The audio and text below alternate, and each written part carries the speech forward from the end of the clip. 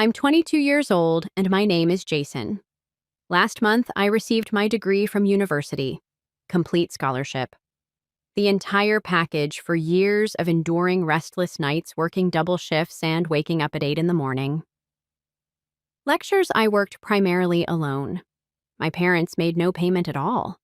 They were always investing in my younger brother Caleb, not because they couldn't. He is 18 years old, and he would be pure gold if precious children were money. Worldwide soccer camps and private tutoring, designer clothing. In the meantime, I was repairing holes in my shoes and extending the shelf life of instant noodles for many days. I never really complained, though. I promised myself that it would all be worthwhile when I crossed the graduation threshold. At last, my parents would treat me with the same importance they showed Caleb. For months, I had been preparing for graduation day. In addition to purchasing a good camera so they could snap pictures afterwards, I made reservations for 3 seats in the front row under my name. My speech was prepared and my gown was pressed.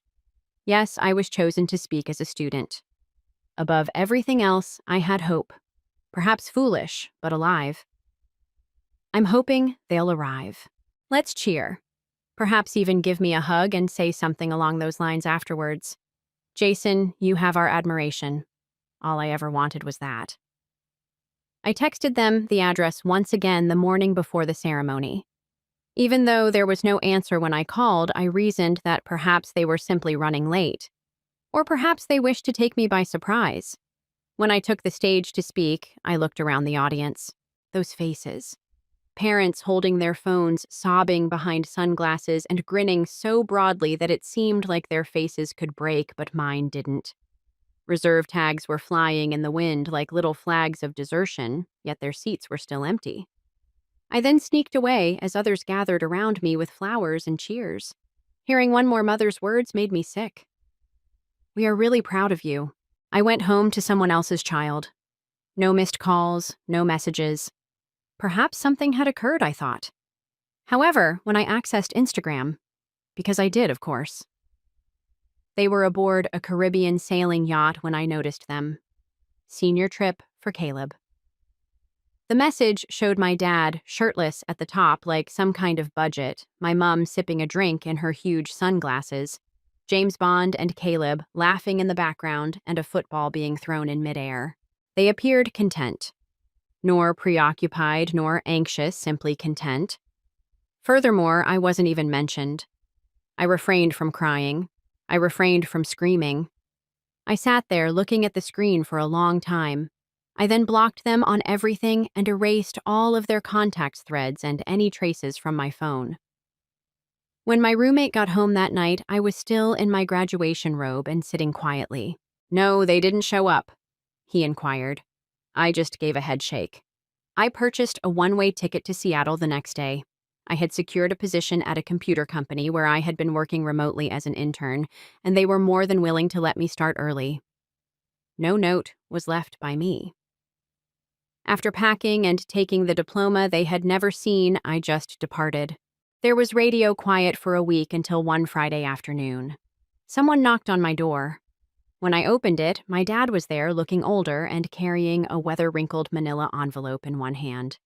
In some way. His eyes were weary, his shoulders slumped.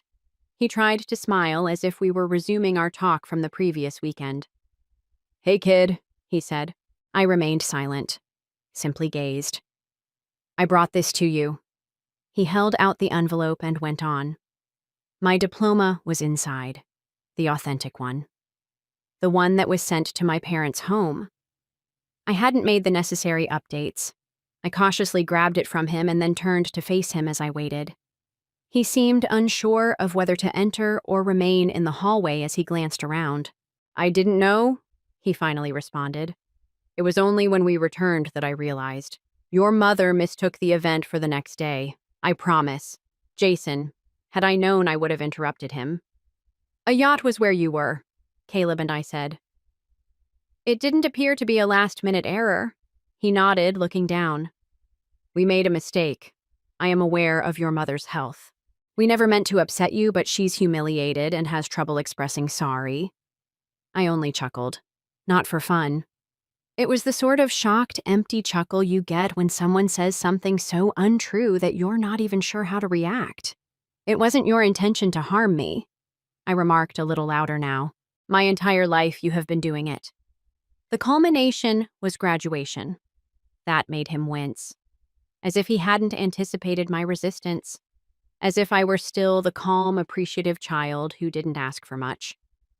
He began, Jason, but I had already finished. You're here, but why? I folded my arms and asked.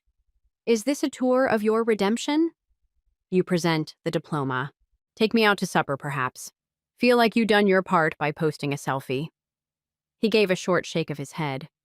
No. I'm here because you need to know something. I waited, staring at him. He lowered his voice to almost a whisper. Caleb requested a vehicle. Said that the one we bought him the previous year wasn't cool enough. He indicated that we would have to wait a little while. Why don't you simply sell Jason's vehicle? By now, he's most likely living on a bus bench. The comment struck me more strongly than I had anticipated, not because they were unexpected, but rather because they were so informal and self-assured. I wasn't just forgotten by Caleb. He thought I was nothing and that I had failed. For the first time, my dad's voice broke as he went on. I informed him. You were doing good, I told him. You left because we weren't there for you, and you had a job. He also chuckled. Jason laughed. I realized then that we had raised him incorrectly. Additionally, I believe we let you both down. His eyes were moist as he gazed up at me. I realize now that I don't merit your pardon. I doubt I ever will. I simply needed to see you, though, to make sure you were all right. Try to solve this, perhaps. I took a while to respond. I felt like slamming the door. A part of me wanted to pull him in and release years of suppressed suffering. However, even that seemed excessive. I watched as he struggled to keep quiet. It was strange. My whole youth, the loudest man in the room had been him. Big opinions, loud voice, and constant dominance at family gatherings and meal settings. He simply appeared little now. At last I moved slightly out of the way so he could go in if he so desired. After hesitating, he entered carefully, as if he were entering a courtroom rather than an apartment. I didn't offer a seat or coffee. I simply waited while leaning on the counter. He was standing in the middle of the living room, gazing at the little bookcase that I had stocked with used books and outdated programming manuals. Then he noticed a framed picture on the shelf. I was by myself in my gown, displaying my diploma in the mirror. Just before I left that evening, I had taken it. Do you still dress in the suit? He pointed to it as if it were a treasured artifact as he inquired. No, I responded bluntly. The next day I gave it back. Did not have the money to retain it. His shoulders fell once again as if each of my words were a stab to the ribs. Look, Jason, I get that it feels pointless to turn up now. Perhaps it is. But when Caleb said that about you, something inside of me snapped. I began to recall all of the occasions you requested assistance. We also advised you to persevere. About the time we missed your piano recital, due to Caleb's soccer match, or the time you were accepted to 3 universities, and we suggested that a community college would be more useful. I believed I was being reasonable. Perhaps we were simply pushing you away, but I believed we were giving you more freedom. I didn't answer. Not quite yet. Let him have a seat in it. He continued. Your mother saw the voicemail you left when we returned from the trip. The one contains the information about graduation. I hadn't even given it a listen. I struck myself because I was too preoccupied configuring the boat's Bluetooth speaker. She just remarked, "Let it go," when we discovered that the diploma had been mailed to the residence. He'll calm down. However, I was unable to. What if you don't cool off? I kept asking myself. What if this is it? Isn't it? Silently, I said. He blinked. What I said again, this is it. Dad, you missed more than just my graduation. I was missed. Caleb and I didn't get that way by ourselves. He picked up the lesson from seeing you treat me like a stand-in and him like a prince. He started to speak, but I interrupted him once more. Do you recall when I was offered the internship during my sophomore year, the one at the capital of the state? He gave a nod. I told you over the phone. I quote what you stated. That's good. Hey, next weekend, Caleb has a game. Are you coming? You didn't even inquire about the purpose of the internship. For a state lawmaker, I was drafting legislation. You only asked whether I would come watch Caleb chase a ball, even though I had already met 2 senators. His mouth parted once more and then shut again. No defense, no justifications, nothing but quiet. So yes, I went on. It's this. I am no longer the irate child. An apology is not what I'm after. I'm not even seeking retribution. I finally have a life. You never cheered as loudly as my buddies did. I am more than just a backup plan for a boss who shows up in a city. You handed the boat to Caleb. You gave me the motivation to briefly leave you behind.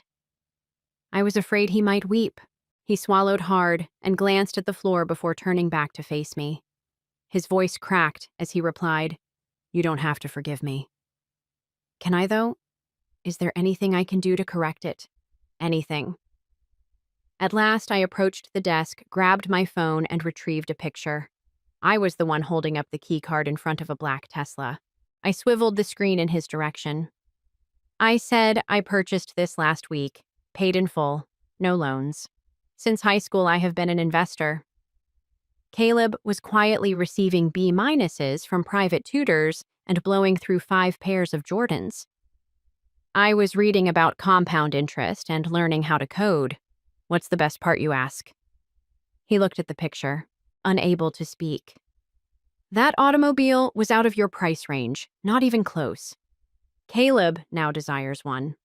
Isn't that why you're actually here? He winced. However, I already knew the response. I remarked, Caleb is the golden boy. But isn't he no longer golden because you now understand that he is unable of standing by himself and that he collapses into me if you don't support him? You let me to tumble. I've learned how to fly a lot. Nothing else could be said. I pulled the door open.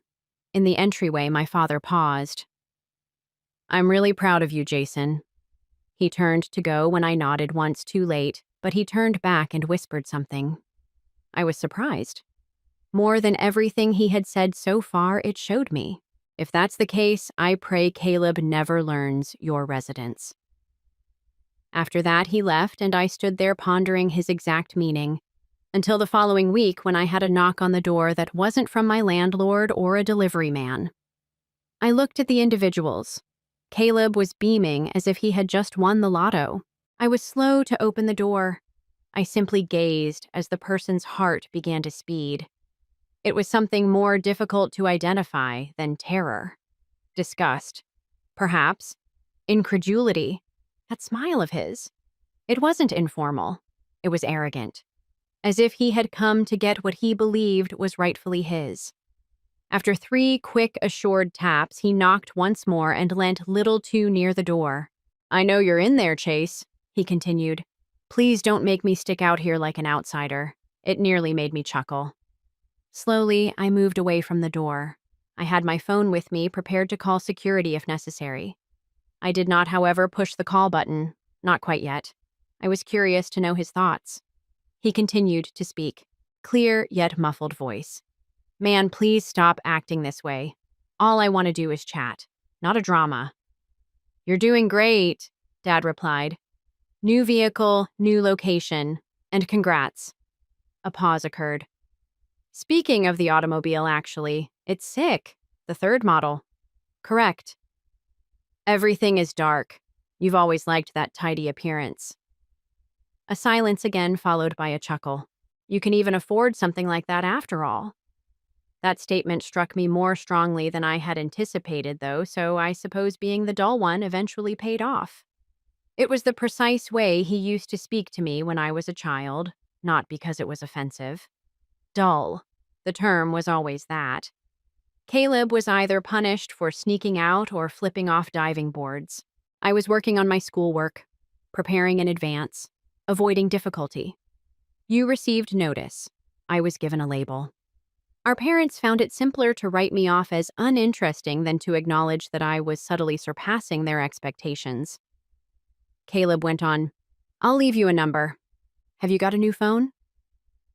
Later, text me. All I want to do is get a bite. Get caught up. Not a huge deal. He concealed an object beneath the door. Apparently his business card. However, Caleb had no business. All it included was his name, phone number, and a corny Instagram moniker reminiscent of the Caleb the King classic. I didn't pick it up until I was certain he was gone. No apology, no message, no recognition of what had occurred.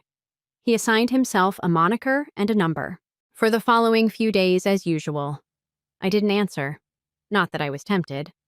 However, he was the first to text. Informal. Hey, I can't believe you've already abandoned me. Then more tenacious. You're the only one living here. Oh no, it must be pleasant. Then a little sharper.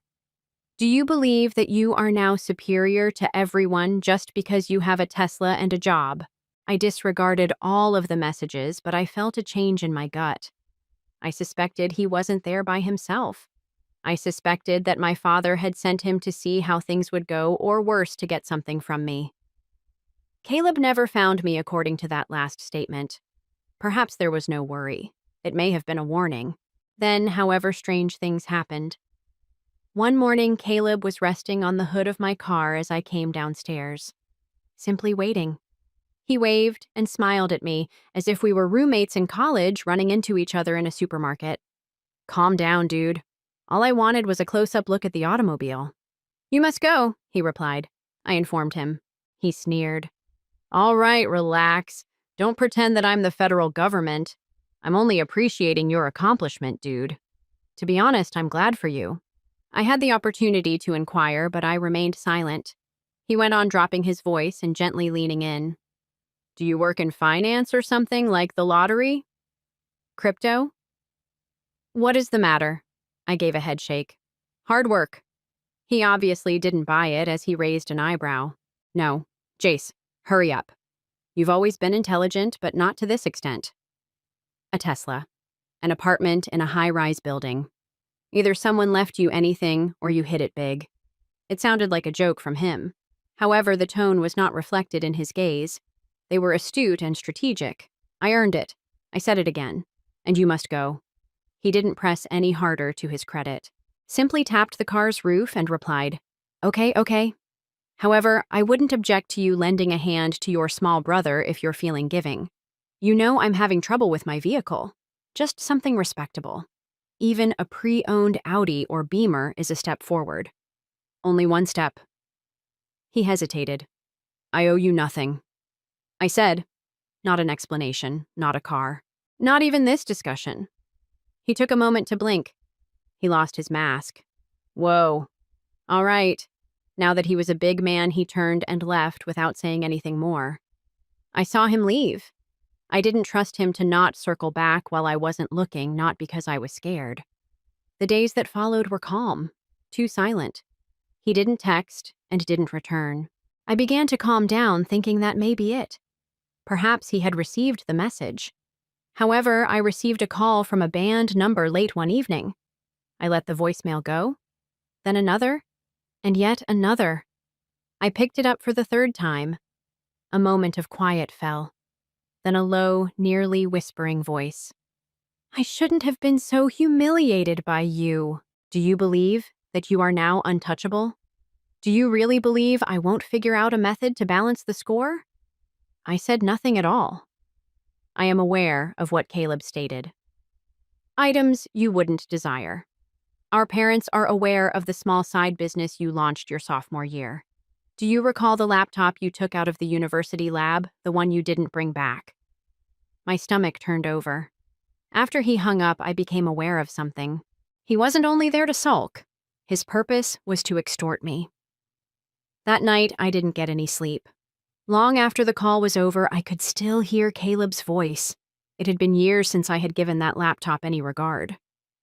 During a COVID lockout in our sophomore year, the university provided us with temporary computers so we could work remotely.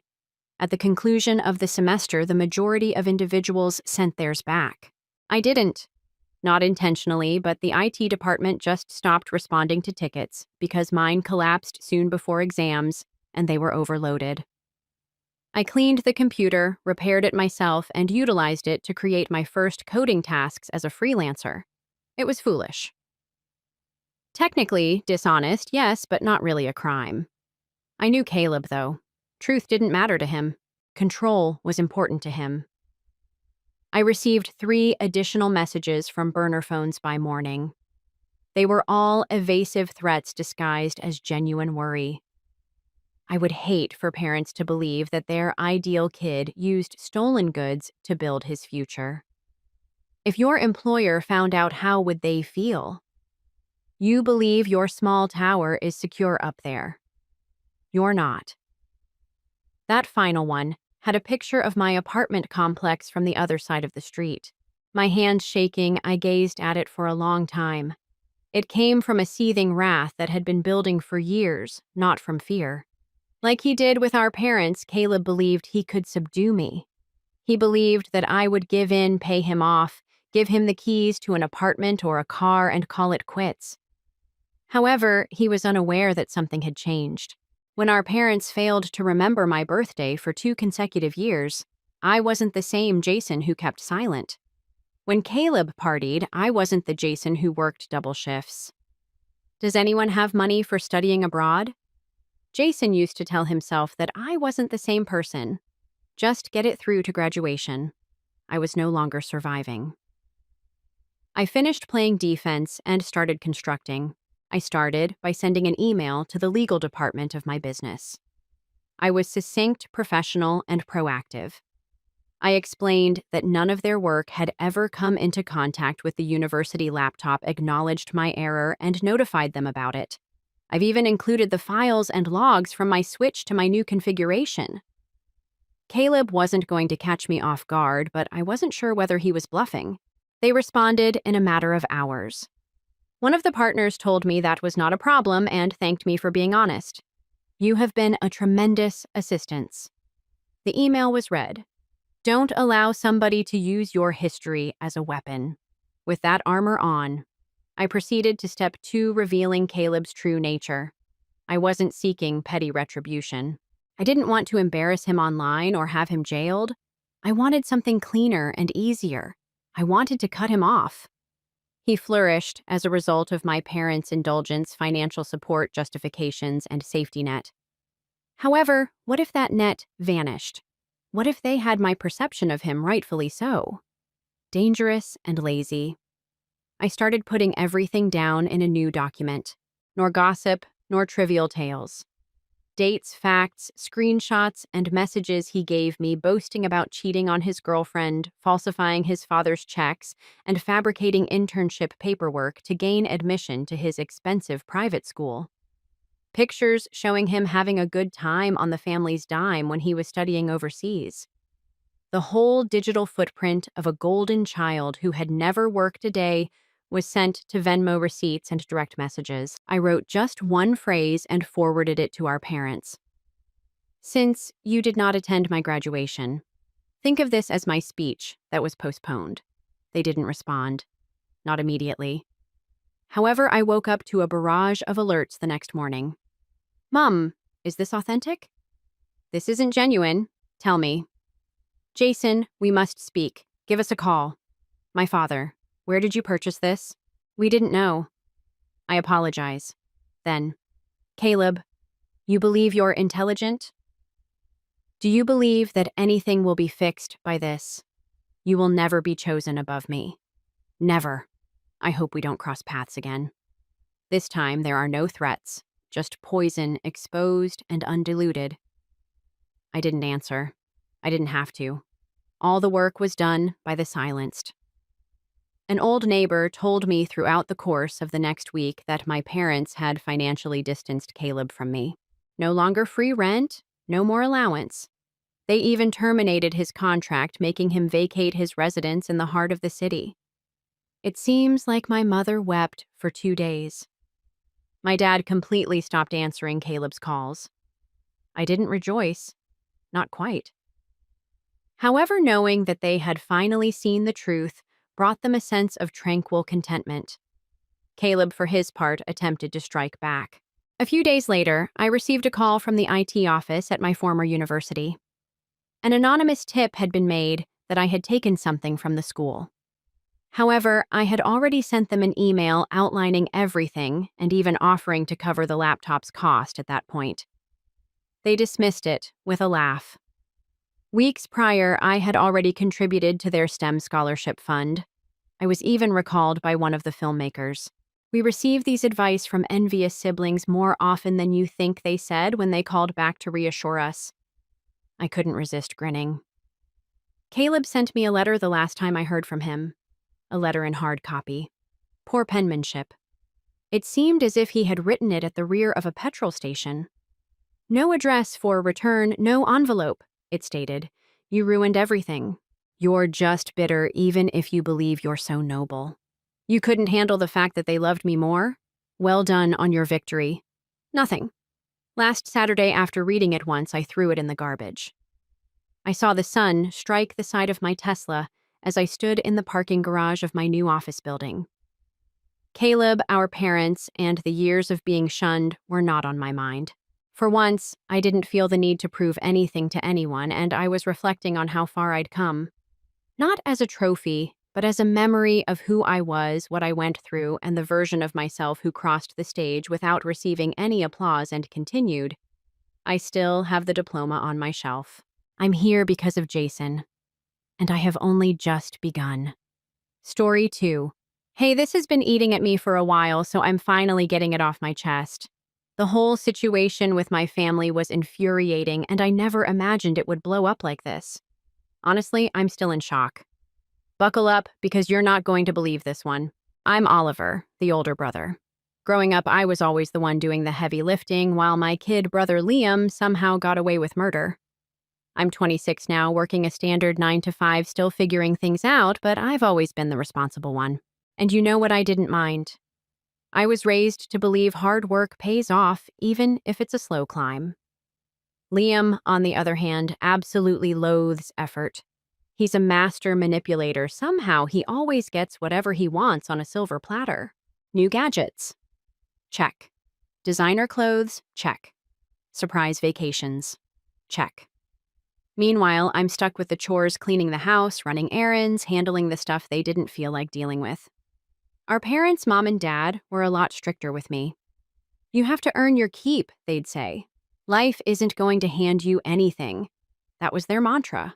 I get wanting me to be level-headed and dependable fine, but it felt like they only cared about my achievements when it suited them.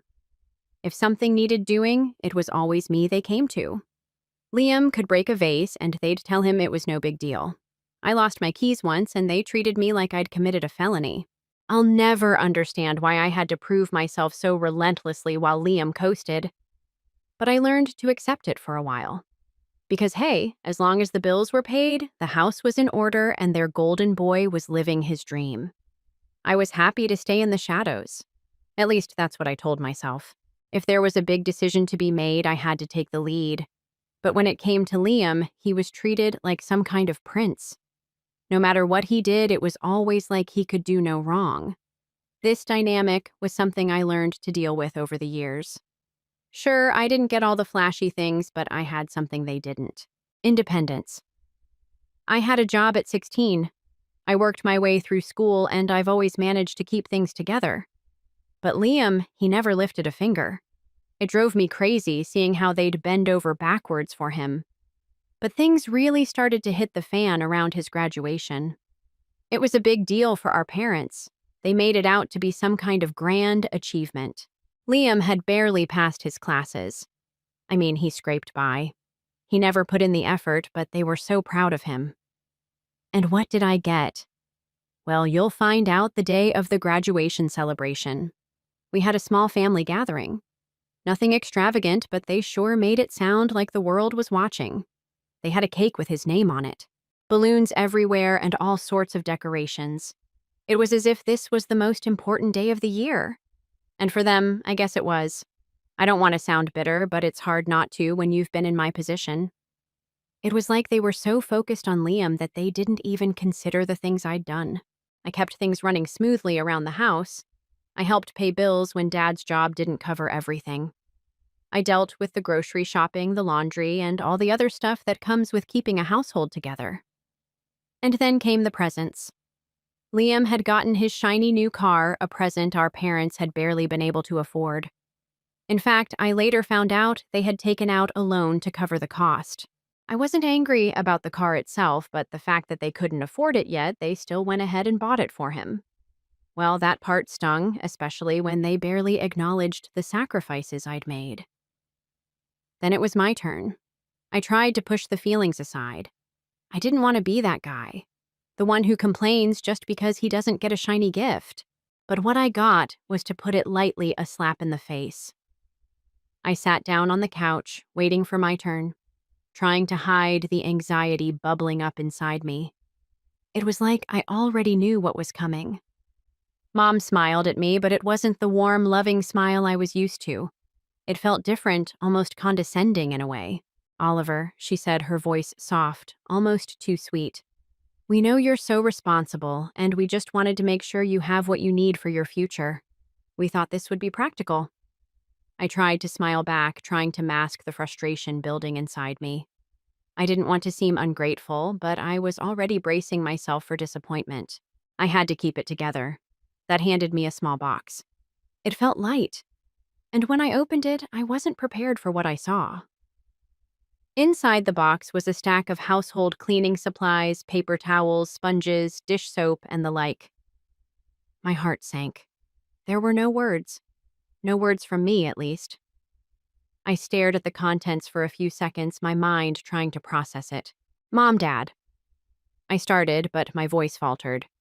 "What is this?" Dad chuckled, slapping his knee. "Well, Oliver, now you can be even more useful around the house. You've always been so responsible, and this is just another way to show how much you contribute." I blinked, trying to understand. Was this a joke? Liam, sitting next to me, was grinning ear to ear. He looked at me with a smug, almost mocking expression. "Yeah, Ollie. Now you can keep things nice and clean. You always seem to be the one doing the chores anyway." My stomach churned. I knew this was going to be bad, but I didn't expect it to sting this much. They were giving my brother a brand new car, and me cleaning supplies. I swallowed hard, but my throat felt tight, like I was choking on something I couldn't quite name. I stood up, not wanting to sit there any longer, not wanting to look at the pile of cleaning supplies in front of me. "I'm going to head out for a bit," I said, my voice cold. "I need some air." Without waiting for a response, I grabbed my jacket, packed a bag, and left the house. I didn't know what I was hoping for, but I didn't want to be there anymore. I could hear my parents calling after me, but I didn't look back. I don't know how long I walked that night, but it felt like hours. I just kept putting one foot in front of the other, not really caring where I was going. It wasn't until I reached a small bench near the park that I finally stopped to sit down. My mind racing. I should have been furious. And I was, but I was also tired. Tired of always being the responsible one. Tired of being the one to do everything right, only to get ignored or dismissed. I took out my phone, scrolling through a few messages from friends, trying to distract myself from the mess that had just happened. I didn't even want to go back home, but where else could I go? The house was all I had, even though it felt more like a prison than a place of comfort. I finally decided to call a cab to take me to a friend's place, just to get some space. When I got there, I told my friend Jake everything that happened. Jake listened quietly, but I could see the frustration in his eyes. He knew what I'd been going through with my family. "You don't deserve that, Oliver," Jake said. "You've been busting your ass for years, and then they just keep using you. You're not a damn mate." I let out a sigh, feeling the weight of the past few years hit me all over again. I don't know what to do anymore. I've given everything to them and Liam. He doesn't appreciate anything he's spoiled, and it's like they think he can do no wrong. Jake was quiet for a moment, and then he said something I hadn't really thought about. "Why don't you leave for real? Go get a job. Start over somewhere else. You don't need them, man. You've got this." It hit me like a ton of bricks. He was right. I didn't have to stick around. I didn't have to keep being their backup plan, the one they turned to when they needed help. It was hard to imagine leaving everything behind. But in that moment, it felt like it might be the only way to break free. I spent the night at Jake's, and when I woke up, I knew what I had to do. It wasn't just about the gift anymore. It was about my entire life, about the way my parents treated me, compared to Liam. So I packed a bag, grabbed what I needed, and went to my parents' house to let them know I was leaving. They weren't home at the time, which only made the whole situation feel even more like I was walking away from a chapter 1 could never go back to when they got back. It didn't take long for them to realize something was off. I was halfway through the process of packing up my things when I heard their car pull into the driveway. My heart skipped a beat as the front door creaked open. "Oliver," my mom's voice echoed down the hallway, sounding surprised. "Where are you going?" I walked into the living room holding my back. "I'm leaving." "Mom."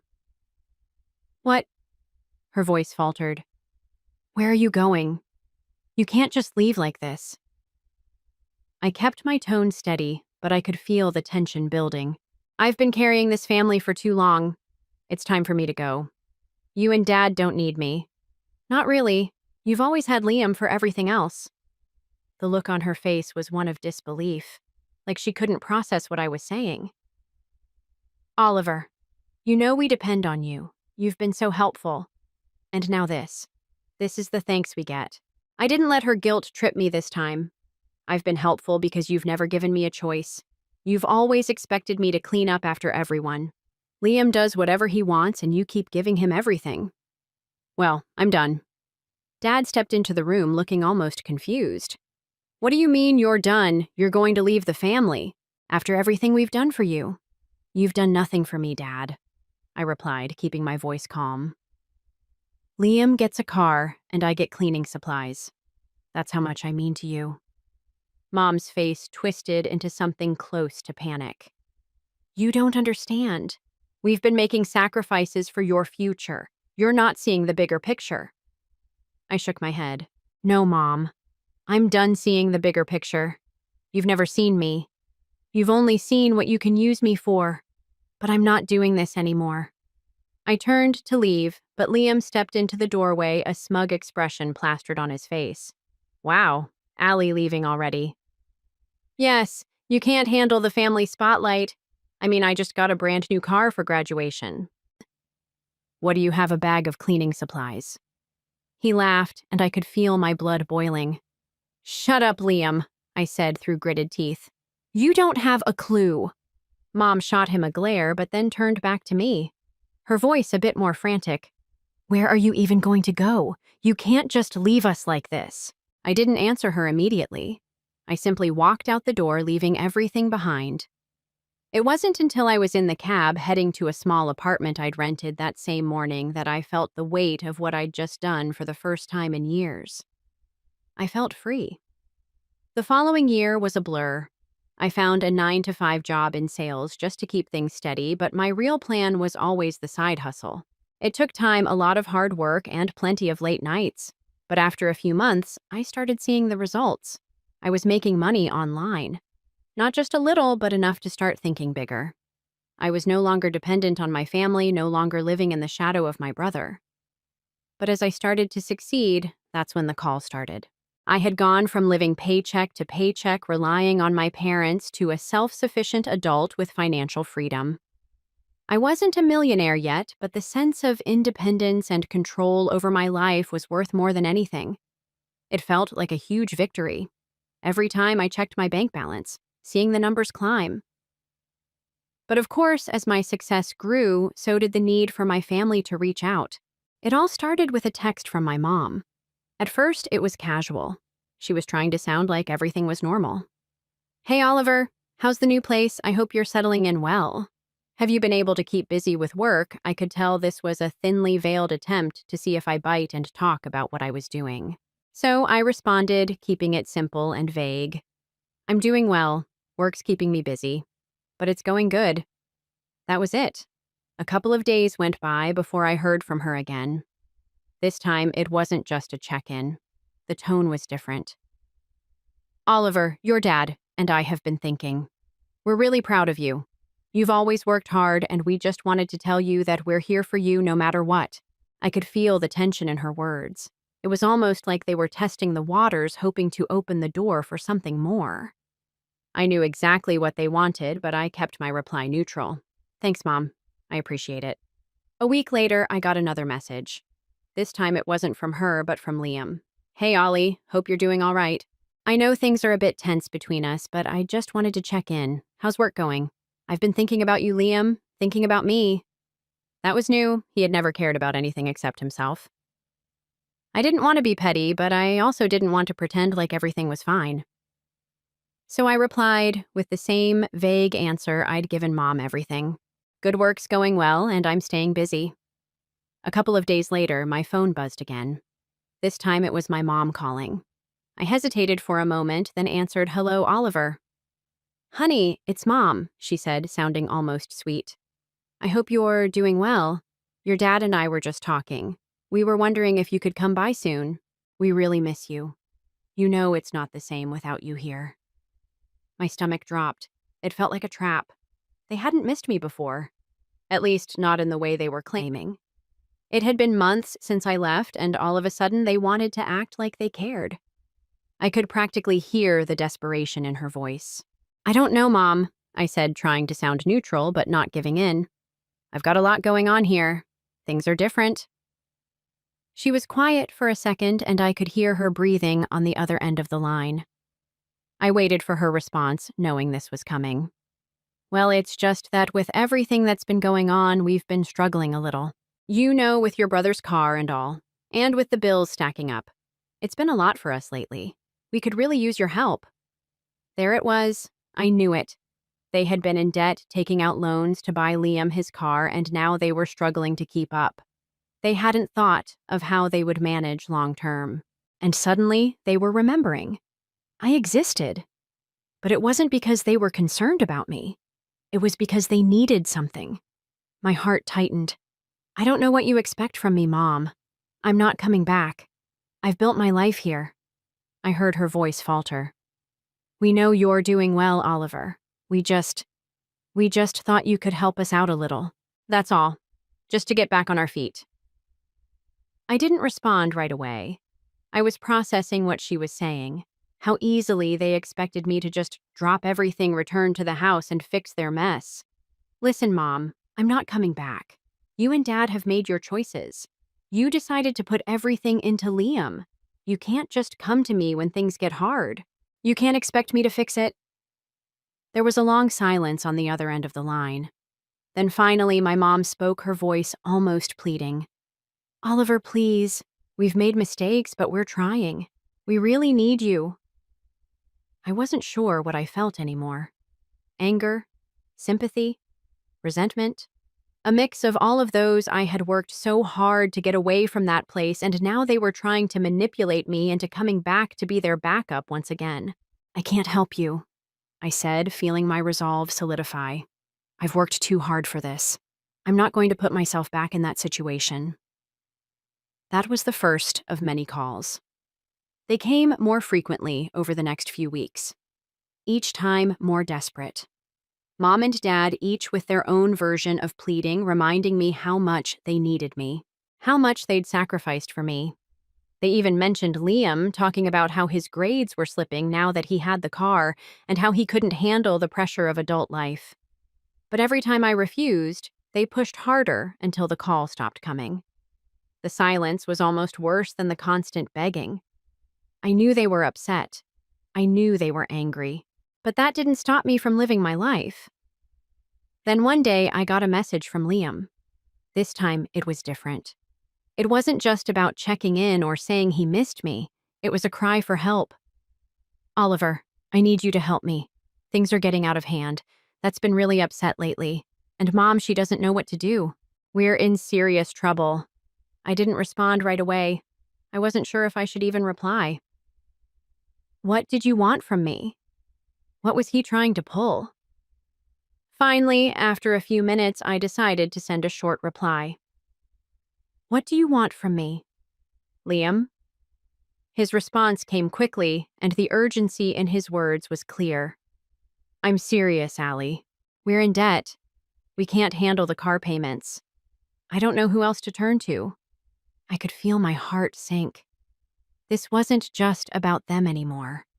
This was about a family falling apart. And Liam, the one who'd been handed everything on a silver platter, was finally realizing how bad things had gotten. I sat there for a moment, staring at the message on my phone, my fingers twitching with frustration. Then I typed out a reply. Liam, you don't get it, do you? This isn't my problem. The words were harsh, but I felt like I needed to say it. It wasn't just about money or material things anymore. It was about principles. I wasn't going to be their fallback, their savior. They'd put me in a position where I was the one who had to sacrifice everything. I wasn't going to let them do it again. I stared at the screen for a few more seconds before I added more. You and Dad put yourselves in this mess. I told you guys when I left I was done.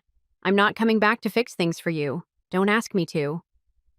I stared at the message, feeling a strange sense of relief. I had to stand my ground. There was no way I was going to let them guilt trip me into coming back. Just as I hit send, my phone rang. It was from my mom. The last thing I wanted to do was talk to her right now. But the call kept ringing, and it seemed like I was going to have to face it.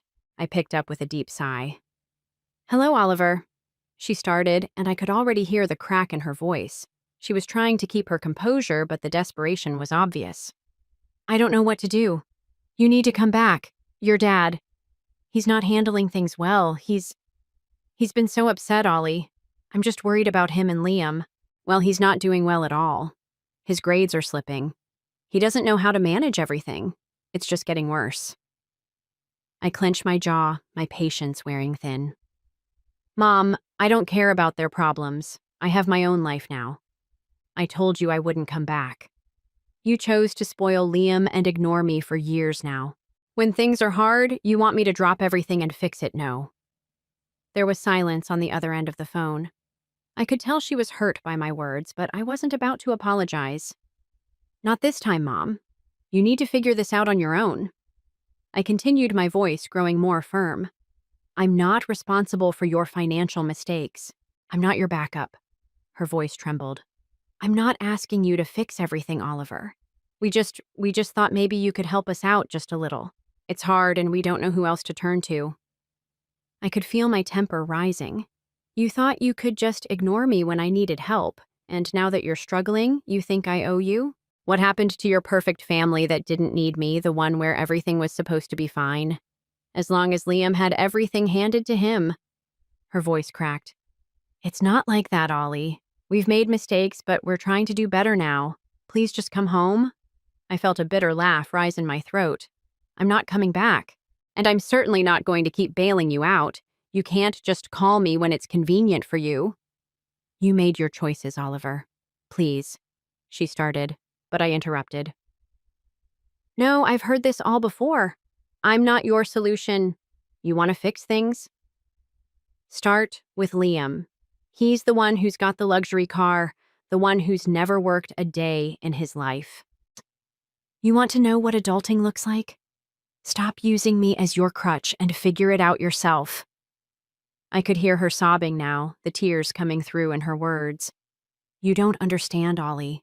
You don't understand how hard it's been. Please. I felt a pang of guilt in my chest, but I pushed it away. I couldn't let myself fall back into their trap. I understand perfectly, I said, my voice hardening. But I'm not going to give in. I'm not going to put my life on hold to fix yours. You need to face the consequences of your choices.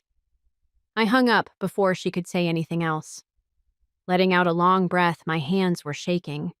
Not from fear, but from the frustration that had been building up over the last few months. They had always seen me as someone who could be manipulated, someone who could be pushed into action whenever they needed me, but not anymore. I knew it wouldn't be the end of it. I knew they'd try again. My mom had always been persistent when she needed something, and my dad was the type to sulk and try to guilt trip me, but I wasn't going to give in. I had worked too hard to get to where I was, and I wasn't going to let them drag me back into that life. About a week later, as I was getting ready to leave work, I saw a notification pop up on my phone. It was from my dad. We've been talking, and we've made some changes. We're sorry for how things have been. Your mom and I, we just want to help you. We miss you and we need you. Please, Oliver, come home. Let's fix things. We'll work together." I stared at the message, my heart hammering in my chest. I wasn't sure what to feel. A part of me wanted to be angry, but the other part of me wondered if they truly meant it. I didn't respond right away. Instead, I sat there in my apartment replaying everything in my mind, the way they had treated me, how they had never shown a fraction of the supposed love when I needed it. Now, after everything, they were suddenly begging for my help. I wasn't buying it. A few days passed, and I didn't hear from them again. I started to think they might have finally given up. Maybe they had learned their lesson. Maybe they realized that they could no longer rely on me, that I wasn't their emotional bank account, their last resort. Then another message came. But this time, it wasn't from my mom or dad. It was from Liam. "You're really going to leave us hanging like this? What's the point of family if you don't help when we need it? You've been selfish. We're struggling, and you're just going to let us drown. I thought you were better than this." There it was again. The manipulation, the guilt, the same old tactics. I wasn't surprised that it was Liam. This time. He had always been the one to play the victim when things didn't go his way. The one who thought the world should revolve around him. But this time I wasn't going to let it work. I sat down, typing out my response, slowly, making sure every word hit the mark. "You don't get it, Liam. I'm not your backup, and I'm not your savior. You're the one who always gets everything handed to you. And now that things aren't perfect, you want to blame me for your problems. I don't know you. Anything. You're grown, just like I am. It's time you learn to stand on your own 2 feet. You've had your life handed to you on a silver platter, and now you want me to come back and fix everything. That's not how this works. Don't ever contact me again, unless you're ready to be honest about what you've done." I hit send, my finger trembling slightly. I'd never been more sure of a decision in my life, but that wasn't the end of it. A few weeks later, I got a call from an unfamiliar number. I almost didn't pick it up, but something told me I had to. When I answered, it was my dad on the other end. "Oliver, we know we messed up," he said, his voice more fragile than I'd ever heard it. "Your mom and I, we've been trying to fix things, and we're sorry we were wrong. We don't want you to think we only care about what you can do for us. We want our family back. We want you back." The words hit me harder than I expected. There was a part of me that wanted to believe them, to think that maybe, just maybe, they were truly sorry. But the logical part of my mind reminded me of everything they had done to me, how they had taken me for granted, used me, manipulated me into being the one to clean up their messes. I had been their backup plan for far too long, and I was done. "I'm not coming back, Dad," I said, my voice steady. "Not now, not ever. You've had your chance and you've used it all up. You can't just expect me to forget everything just because you're sorry now. You made your choices. I'm making mine." There was a long silence on the other end, and I could hear the sound of him breathing heavily. I understand," he finally said, his voice defeated. "But please just know we are here if you ever change your mind." I hung up the phone and sat there in the quiet of my apartment, feeling a strange sense of relief for the first time in my life. I felt like I was truly free. It's been a year now since that last conversation. My parents have tried to contact me a few times, but I've stayed firm. I'm not going to let them back into my life, and I'm not going to feel guilty about it. Over the past year, I've been building something for myself, something that will ensure I never have to rely on anyone again. My income is growing steadily, and in a few more months, I'll be at the point where I can truly call myself financially independent. And to be honest, a part of me knows that when they find out, have gotten to that point, they'll come knocking again. But this time, I won't be there. So, Reddit, what do you think? Am I wrong for refusing to help them? I'm honestly torn between feeling like I did the right thing and feeling guilty about leaving them behind. It's hard because they're family. But after everything, I just don't know if I can forgive them. Let me know your thoughts. Story 3. There were 40 guests. The backyard was illuminated by fairy lights. The music was playing softly, and everyone was clinking glasses as if we were the ideal family.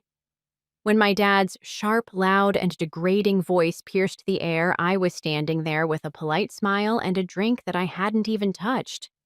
"It's time to sell that fucking house, Sarah. The loan your brother took out won't be repaid." I froze my fingers around the glass. Discussions ended. Everyone turned in our direction. I chuckled uneasily, hoping that perhaps, just possibly, he would also chuckle and claim it was a joke. However, no. His eyes were intensely serious. I glanced at my mother. She didn't flinch at all, simply stood there as if she concurred with him. "Telling your daughter to discard the one thing she created with her own blood and sweat in order to save her brother seems like the most natural thing in the world." I said nothing at all. Something snapped inside me, but not yet. They assumed that I would remain silent as I always had, and accept it just as I had hundreds of times before when they made me feel inferior to their golden boy. However, I finished playing the obedient daughter this time.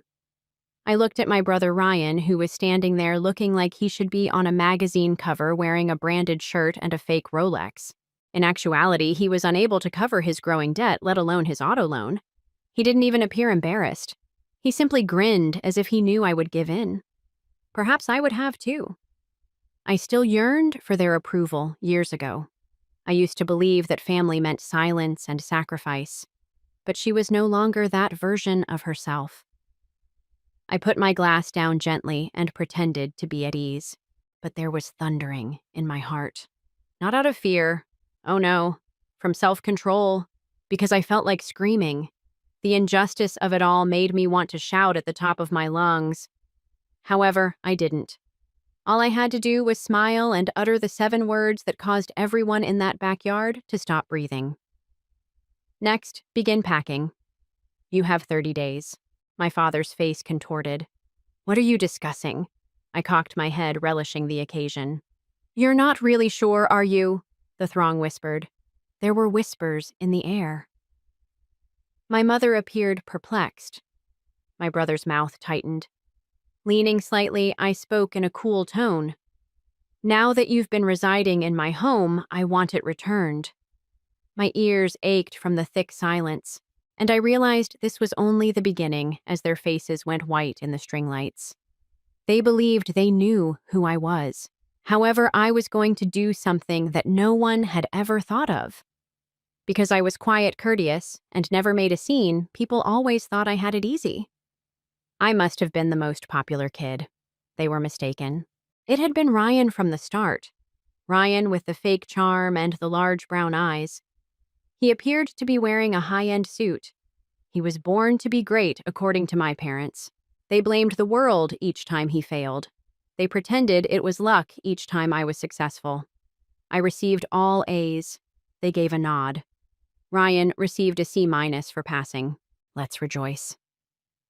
By the time I was 15, I had figured it out because he worked so hard. In our home, the rules weren't applied uniformly. Ryan played video games while I prepared dinner. He kept dropping out of every college he enrolled in, so I studied for scholarships while they repeatedly covered his tuition. And I remained silent. I had 2 jobs during my time in college. Ryan was too stressed to cook, so his mother packed his favorite Bernie for him, and he arrived home late with sore feet. When his old car was repossessed, they had to spend some of their retirement money to buy him a new one. Dad gave me a look like I was begging him to sell a kidney when I asked for a small loan to help with a down payment for a studio apartment. "You are self-sufficient, Sarah," he said. "You always manage to figure it out. We're not concerned about you." I was struck by that line. "We're not concerned about you." Before I realized it was code for "you're on your own," it sounded like a compliment. I came home to find Ryan in the living room jobless, once more telling our parents about his new startup idea, even though I had secured a full-time job shortly after graduation. And they clapped like seals of pride once more. Within 6 months, that startup was a failure. And guess who once more made his credit card payments? They expected me to, but not me. Silently, as usual. One night I recall. It's pouring rain outside. After staying late at work, I was soaked when I got home. Every step made my shoes squeak. "Don't drip everywhere," my mother said as I entered the kitchen. Ryan is sleeping. Avoid waking him. I gave up trying to fit in at that point. I began making plans for my own life, inch by inch. I kept all of the bonuses, lived below my income, don't share my accomplishments, since they weren't honored anyhow. I eventually purchased my own home, the house of my dreams. No co-signers, no freebies, only me, as well as when I broke the news. I was asked to place it in the family trust by Dad. Mom asked if Ryan could maybe move into the guest room just for a few months. That's when I knew to them I was the backup plan. The emotional punching bag, the golden daughter turned scapegoat. But I wasn't going to be silent anymore. They built their world on the assumption I'd always be the one to sacrifice. Now I was going to show them what happened when the quiet one stops playing nice. It wasn't just a house. It was mine. Every brick, every polished floorboard, every key on that ring represented years of hustling, of swallowing my pride of hearing no and still pushing forward. I didn't have a fairy godmother, no rich uncle, no secret inheritance. Just a spreadsheet. Sheer willpower and a silent promise to myself. One day I'll walk into a place that no one can take from me. And I did. The day I got the keys, I cried alone in the empty living room. No champagne, no cheering family. Just me and the walls that now held space for my freedom. But freedom in my family came with strings. When I first mentioned the house, my mom's first words weren't, "You have my admiration." They were, "While so far from the city. Are you sure it's safe there alone?" translation. Why didn't you let us control this too? A week later, Ryan stopped by with my dad. He walked through the house like he was doing me a favor, pointing out things like this. "Kitchen's nice. You could totally Airbnb the basement and help with our situation." Our situation. What he meant was his mess, his fourth failed business, the luxury SUV. He couldn't pay off the personal loan that was now threatening to tank his credit score. Then came the bombshell. Dad sat me down and said, with all the fake calm in the world, "Look, sweetheart, we've always supported each other in this family. It's time you step up. Sell this place. Use the money to get Ryan back on his feet. Your turn to help." "All right." I stared at him, trying not to laugh or cry.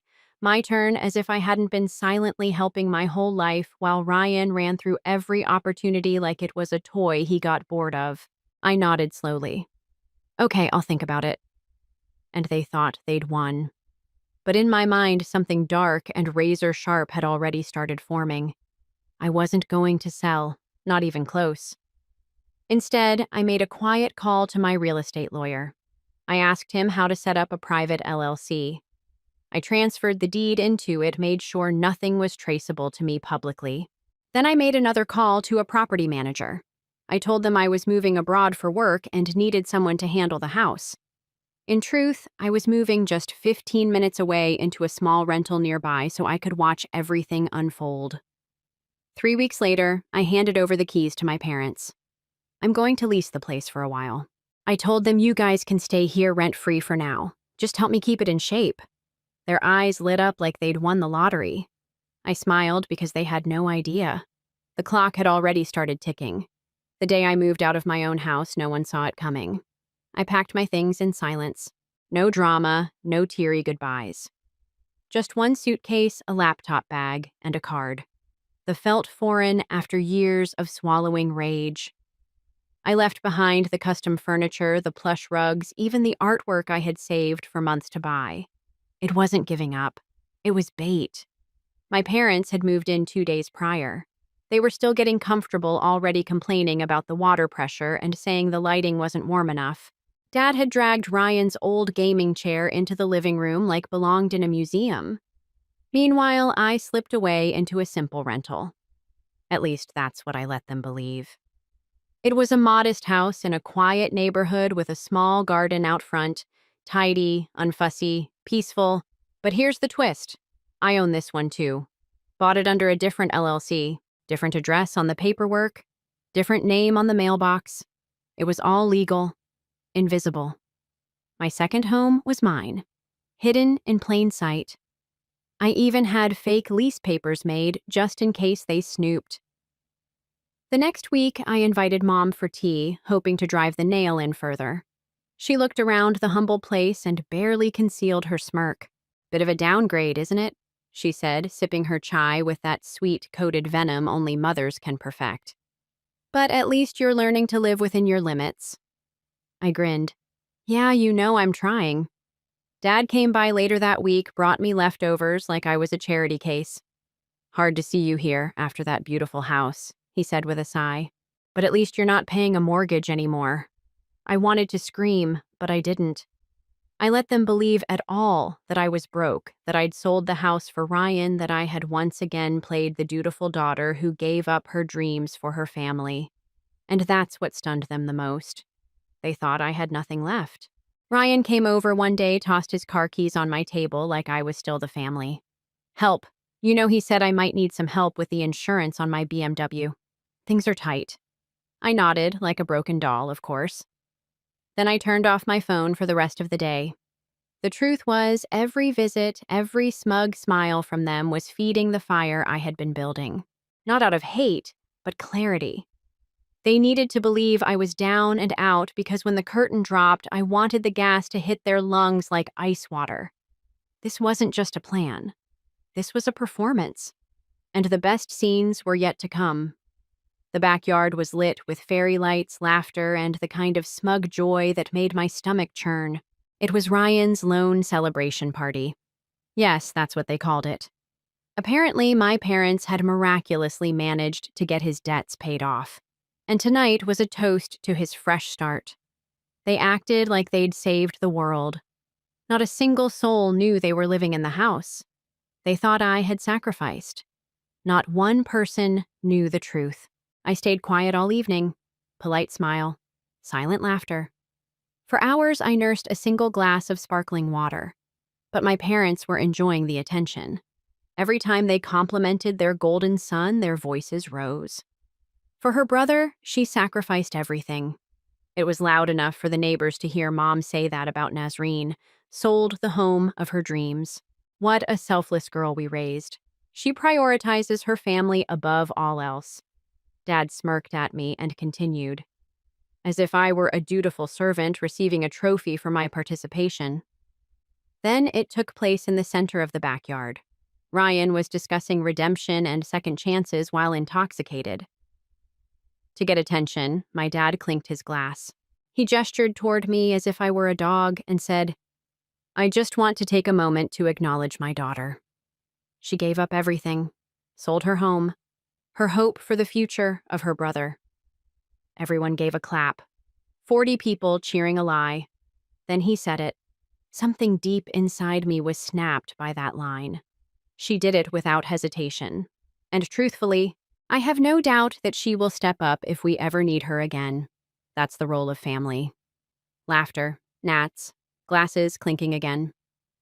Slowly, I got to my feet. My hands remained steady. I didn't break my voice. I had mentally practiced this moment 1,000 times. "Dad, you're right. Family does that." I glanced at the throng. However, family does not deceive, control, and steal. The only kid to ever stand up for herself. There was silence in the backyard. After inhaling, I turned to face my parents. "Ryan's loan was never paid back by you." "I did, but I didn't sell my home." My mom blinked as if I had given her a slap. "I didn't sell it." "Louder now," I said. "I still own the home where I currently reside. That is also mine. Both under separate LLCs, both in my name. I'm not broke. I never was." My father's jaw clenched. "What do you say I'm saying?" I stepped forward. "You believe I gave up your tenants in the house you currently occupy, as well as your landlord. I'm giving you 30 days' notice to vacate." The color drained from their faces. Someone gasped. I looked at the stunned crowd and smiled. I've played the humble daughter long enough. It's time I lived like the woman I actually am. Then I sat down, sipped my sparkling water, and let the silence thunder louder than applause ever could.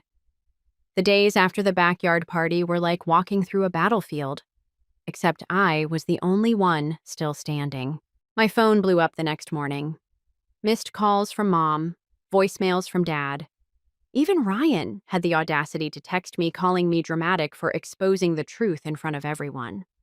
He said I should have kept it in the family, as if keeping it in the family hadn't already burned me to the bone. But I stayed silent. Let them sit in the discomfort. A week later, a formal notice was delivered to the house. My house by my lawyer. It was a clean, polite, legally worded eviction. 30 days to vacate. With instant effect. No threats, no nastiness, just business. Mom called instantly. This time she didn't yell. She begged. "Sarah, sweetheart, please. Where will we go? How could you do this to your own parents?" I didn't recoil. "The same way you guilt me into giving up everything," I replied calm as glass. "That house was my reward for a decade of sacrifice. You treated it like a pawn. I'm just taking back what was always mine." Dad didn't call. He sent an email. One line. "You've embarrassed this family." I didn't reply to that either. I didn't have to. Meanwhile, word spread like wildfire through the family. Aunties called to check in, which really meant gather gossip. Cousins who hadn't messaged me in years suddenly popped up with "you go girl" texts. Some admired me, some judged me. None of it mattered. The best part. The tenants they had unknowingly mocked. My neighbors started treating me differently. One even stopped me in the grocery store. "You're the one who gave them 30 days, right?" That was brave. I just smiled and nodded. Some debts can't be paid in silence anymore. 2 weeks before move out, I passed by the house. Dad was sitting on the porch, shoulders hunched. He looked smaller than I remembered, like the weight of entitlement was finally crushing him. I didn't stop. Instead, I drove past in my quiet car windows up music playing low. I wasn't looking for revenge anymore. I was honoring my own survival. Ryan tried once more, showing up at my rental doorstep. He had that fake, soft tone he always used when he needed something. "You've made your point," he said. "But there are parents, Sarah. You can't just kick them out." "I can," I said firmly. "And I am," he scoffed. "You used to be so loyal." I cocked my head. "No, Ryan. I used to be so blind." By the time the final week rolled around, the house was nearly empty. Furniture gone, curtains taken down. The dream I had once built and offered a shelter to those who never deserved it was finally mine again. Not just in name, but in power.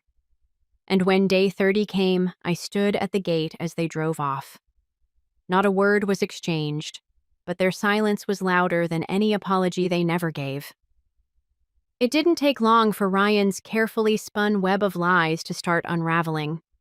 Turns out, being bailed out once just gave him the confidence to dig a deeper hole without my parents' roof over their heads or their fantasy that I'd always come through.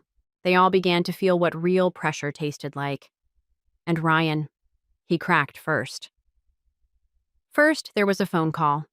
Over lunch, my coworker Asher, whose cousin was employed at the same financial firm Ryan claimed to be consulting for, revealed the truth, something I was not supposed to hear. Leaning in as if to drop a bombshell, she said, "Sarah, there was never a real job for your brother. He was working under the table on dubious referrals. He is reportedly under investigation for applying for private loans under client names." I blinked. Which loans? When things go wrong, they need someone else to pay for it. Even though I shouldn't have been shocked, it still made me shiver. The boy with the golden hair. All this time, he had been a walking debt grenade. I received an email from an unfamiliar lawyer 2 weeks later. One of Ryan's old investors, apparently. On a loan that Ryan had forged, he was named as a co-guarantor. They had been digging, and my name had come up. Thank God I legally separated all of my assets under LLCs years ago, which is the only reason I wasn't involved. Every penny, every home. Untouchable. I blocked the number and forwarded the email to my own lawyer.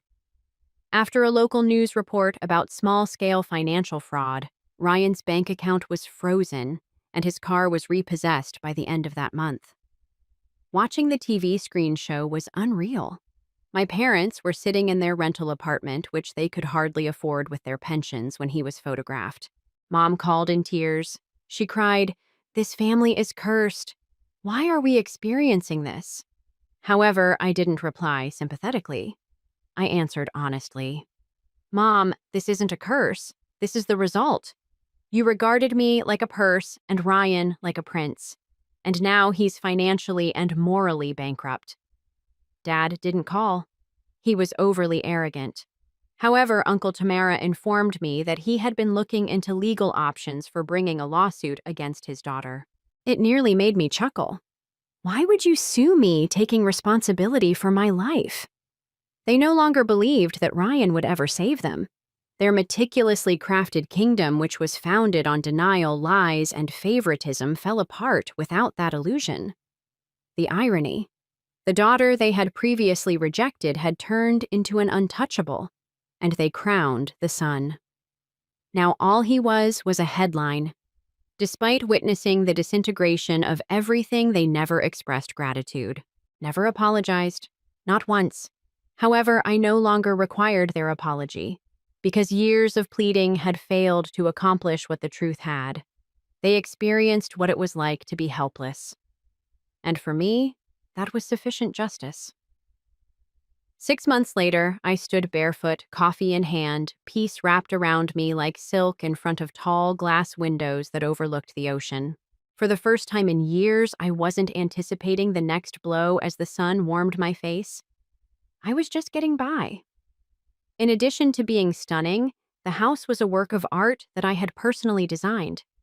Each and every tile, artwork, and peaceful nook. I was reflected in it. It was the woman who ultimately made the decision for herself, not the sister who was ignored, or the daughter who stumbled into silence out of guilt. What's the best part? They didn't know. After my alleged fall from grace, I was still renting a modest house in their opinion.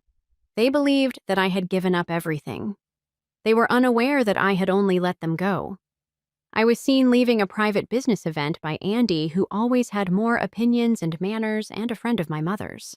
One evening, she noticed the press, the photographer, and the car as they took pictures for a feature on women in leadership.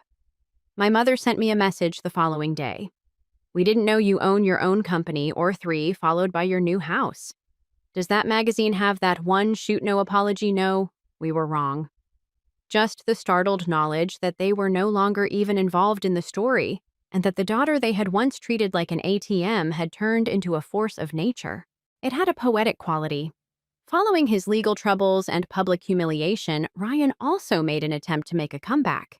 He was doing freelance consulting, which was just code for begging people to trust him again. He sent me an email.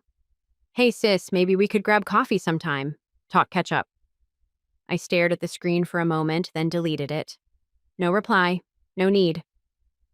Because here's the thing. This wasn't a revenge story. This was a rebirth. I had built more than a business. I had built freedom. My team respected me. My clients trusted me. I mentored young women who reminded me of my younger self, hungry, capable, and tired of being told to be quiet. My final move wasn't to destroy them. It was to become someone they'd never reach again. At a charity gala weeks later, I accepted an award for community entrepreneurship. The room was full of leaders, mentors, people who saw me for who I really was.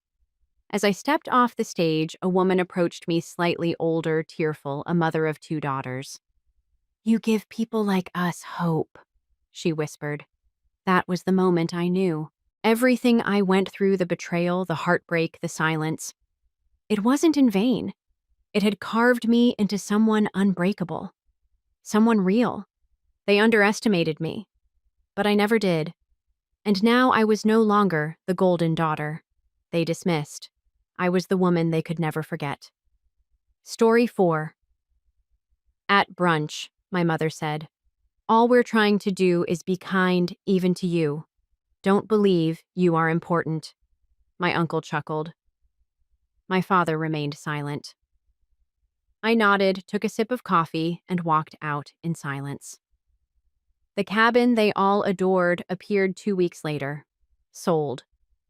After that, I flagged the family's subscription cards, closed their shared credit line, and waited. My phone was overflowing with messages from the family chat that night. After that, I got the first call.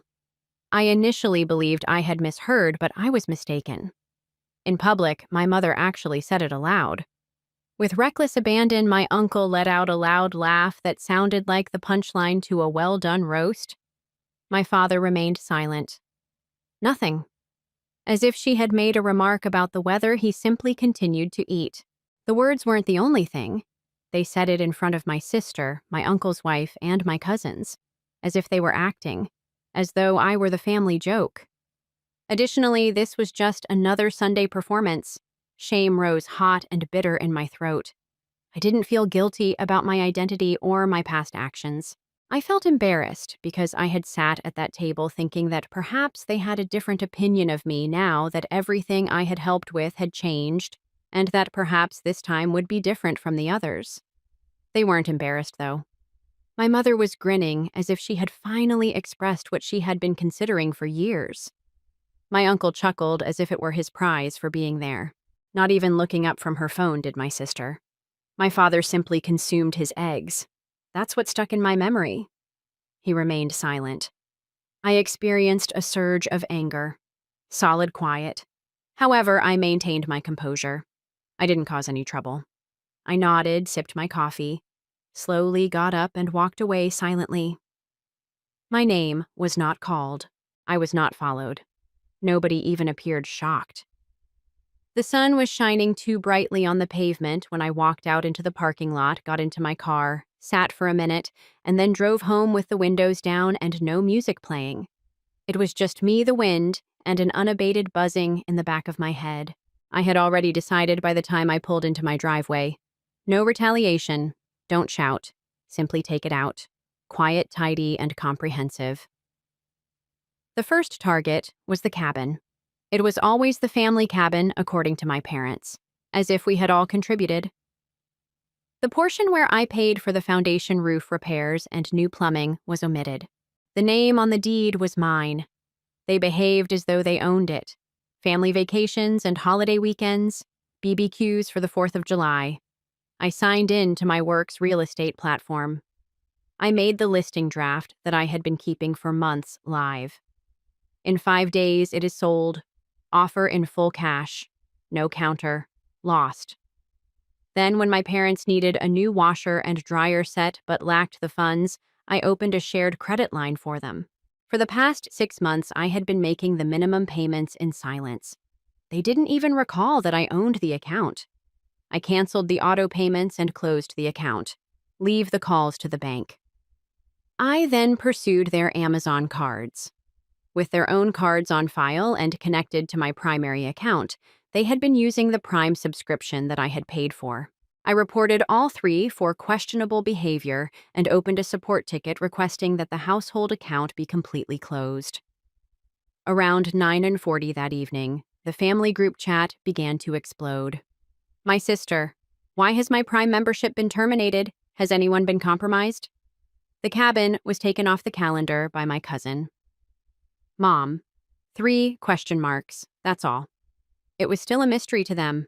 None of them brought up the branch, and I still hadn't put it together. None of them inquired about my well-being. They were simply perplexed, irritated, rightfully so. My phone then buzzed once more. Not a family call, not a text. The number was unidentified. I replied.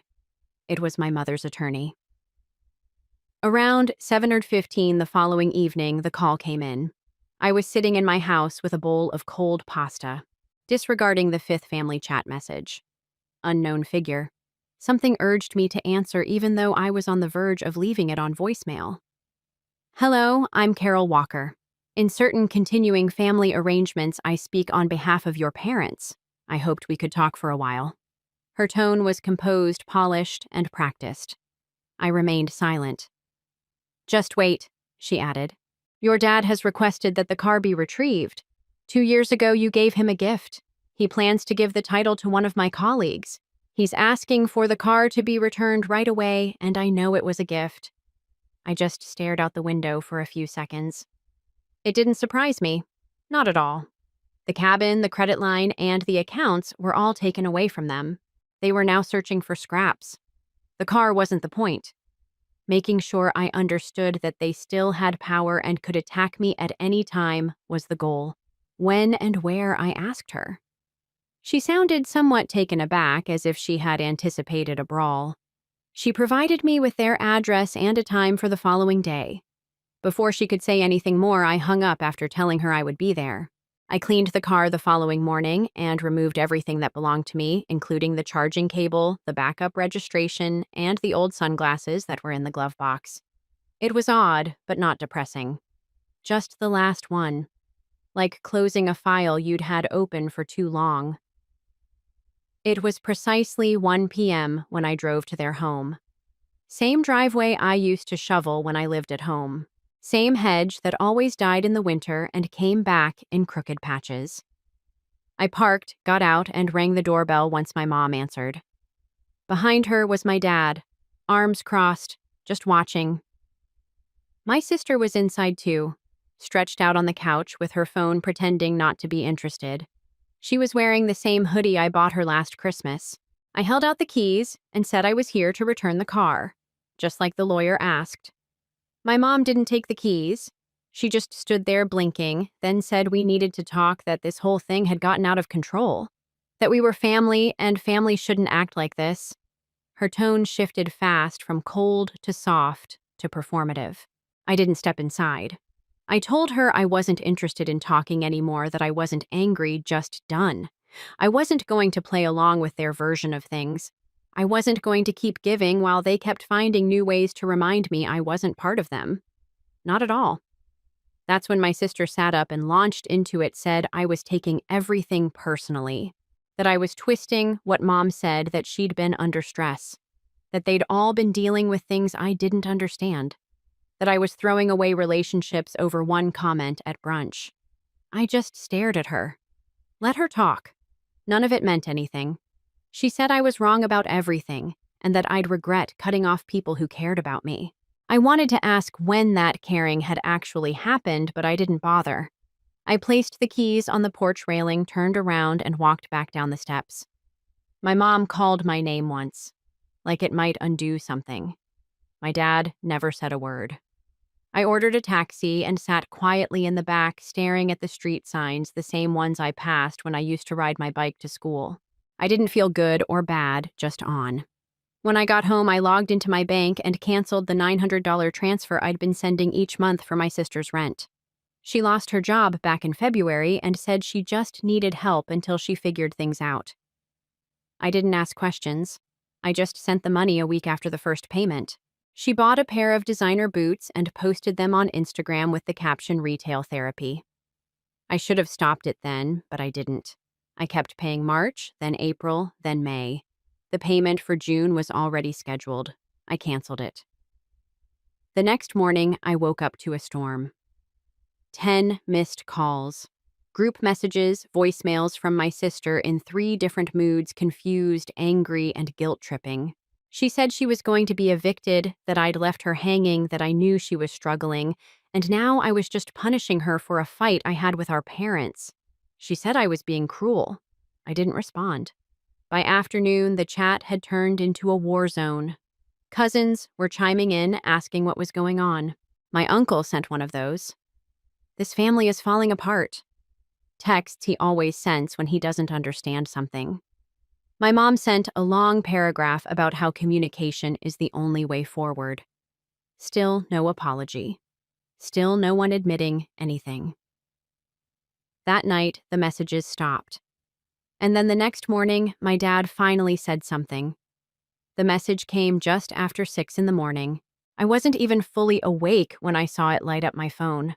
One sentence in the family chat sent from my dad's number. "If this behavior doesn't stop, everyone who doesn't live here will no longer be welcome in this house." That was it. No preamble, no emoji, no explanation. Just flat, direct. It was so out of character. It took me a moment to believe it was really him. He was the quiet one. the one who always sat through the drama without stepping into it. He rarely texted, never commented in the chat. If he had thoughts, he kept them to himself. So when he spoke, everyone noticed. My sister answered almost immediately. "Wait, what are you talking about?" she wrote, followed by, "I live there now." He didn't respond. 5 minutes later, my mom sent a long paragraph about how the tension in the family was weighing on everyone and how we've lost sight of what matters. And communication is the only path forward. It read like she had copied it from some therapy podcast she listened to while cleaning. Still no reply. I didn't answer either. I just watched it unfold. What no one said directly, but we all knew, was that my sister had moved back in. She hadn't admitted it in the chat, but the signs were there. She stopped talking about her apartment altogether. No more pictures of her old building or the stupid balcony with the 2 fake plants. And then there were the stories she posted grainy shots of their kitchen table, her cat lying on the ugly green couch, and the unmistakable wallpaper in the background. She hadn't told anyone, not even me. And when I cut off her rent last week, she didn't push back as hard as I expected. She just vanished for a few hours and then reappeared later with cryptic posts and no mention of where she was living. But now it was official. She was back home living with them, and my dad had apparently had enough. After his message, the group chat froze. No back and forth, no pity place, no one trying to shift blame, nothing but quiet. Later that day, my uncle tried to lighten the mood. He sent a message saying, "How about a family barbecue, clear the air? You know, burgers fix everything." No one reacted, not even with a thumbs up. That might have been the first time in family chat history. His jokes went completely ignored. By evening, my mom tried again. Another long message. This one more emotional, about how no one was perfect. But we had to find a way to heal. She even mentioned that Dad didn't mean it the way it sounded like he was. Some confused old man who needed translation. However, he did mean what it sounded like. The second night was even more subdued, as everyone knew. The conversation didn't blow up with gibberish for once.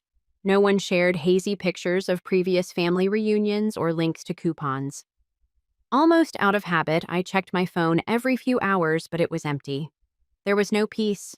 It was a storm's eye. The shift in the ground had been felt by all. Nobody wished to set something off again. My sister even halted her daily schedule. No messages, no unintentional texts intended to agitate me, no small, sarcastic posts. Radio silence. That evening, I went for a long walk, down to the park trail's end around the block, past the bakery, which was always too early to close. I didn't give the cabin any thought. I didn't consider my mother's remarks at brunch, the car, or the rent. My dad was on my mind. I had always pondered when he was silent. The fact that he had just been checked out and was too weak or exhausted to participate didn't bother him.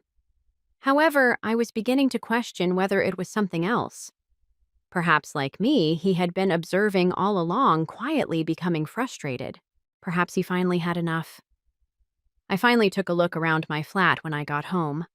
Once more, it felt like my own space. Tidy, keep quiet, not bothered. There isn't any external tension. When the following day went by without receiving any family messages, I became aware of something I hadn't felt in a while. Relief, no mayhem, don't feel guilty, no emotional surprises.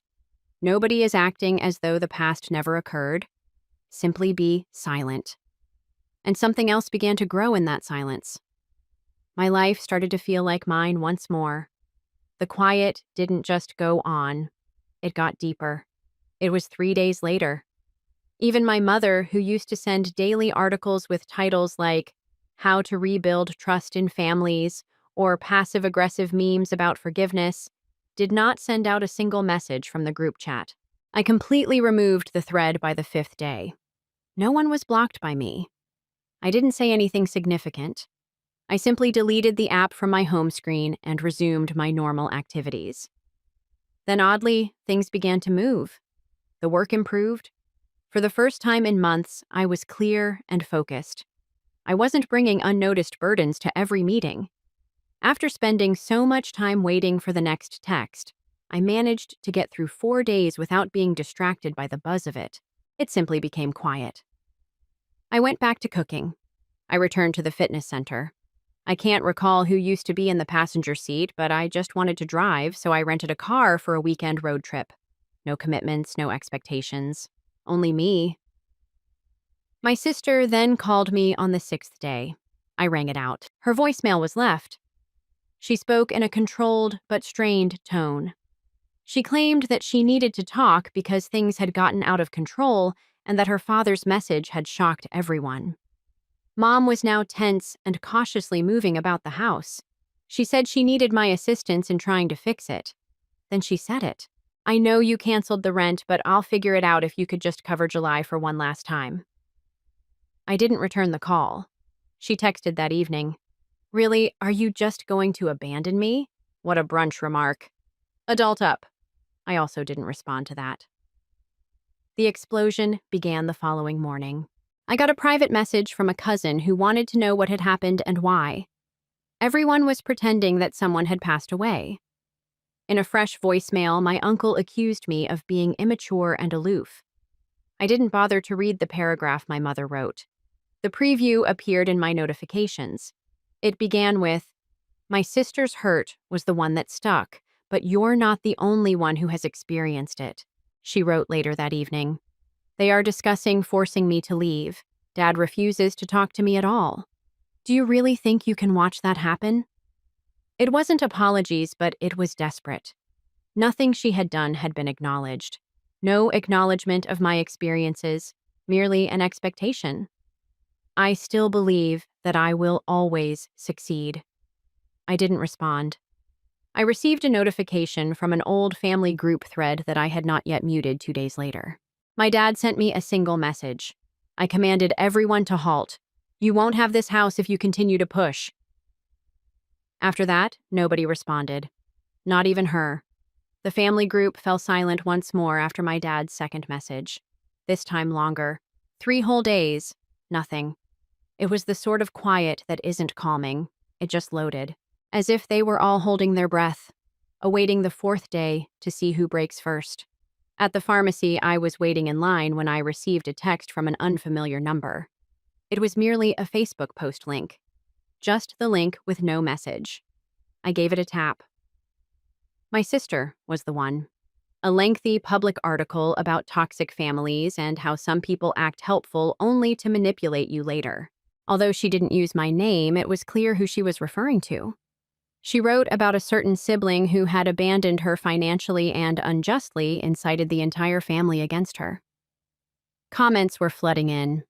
"You deserve better," her friends said in their comments, and permanently cut them off. I remained silent. I took a screenshot, but I didn't message her. My mom texted me that same evening. "We must speak. It's crucial." I chose to ignore it. Everything broke around 9:30 a.m. the following morning. Ben, my cousin, gave me a direct call.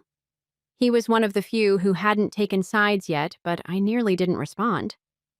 "Hey, man," he said. "Have you had any conversations today?" "No." "Your sister is no longer residing there." I stopped. "What are you saying?" "She arrived at my house last night crying and carrying bags. Claimed that your father threatened to throw out her belongings if she didn't leave." I waited. "Did he say that really? I'm not sure what exactly happened, but it seems like your mom has been phoning people this morning to say she didn't know he would go that far." I was surprised by that because of how cold he had been lately. He wouldn't really throw her out, in my opinion. However, it is possible that I misjudged his level of disengagement from the entire situation. Perhaps I wasn't alone. He had had enough. Perhaps he had been silently observing it all for years, the same as mine. At last, he lost his temper. I was still on the call when my phone buzzed once more. The subject line of the email read, "Termination of joint account authorization." My dad gave it to me. When my mom started losing track of her bills 2 years ago, I helped him set up an online account for them, and he had taken her out of it. It appears that he never changed the backup contact, even though I shouldn't have admin alerts anymore. Within an hour, more arrived, including a voicemail from my mother, a change to the utilities account, a canceled recurring insurance payment, and one that was in her name. She didn't sound sad or measured this time. It was furious. She claimed that this is what happens when you allow things to fester, and that my dad was being unreasonable by punishing all of us. I should come talk to him, not her, she said. That bit stayed with me. They had lost their unity. They would part ways, not formally, but in an unspoken household split of some sort.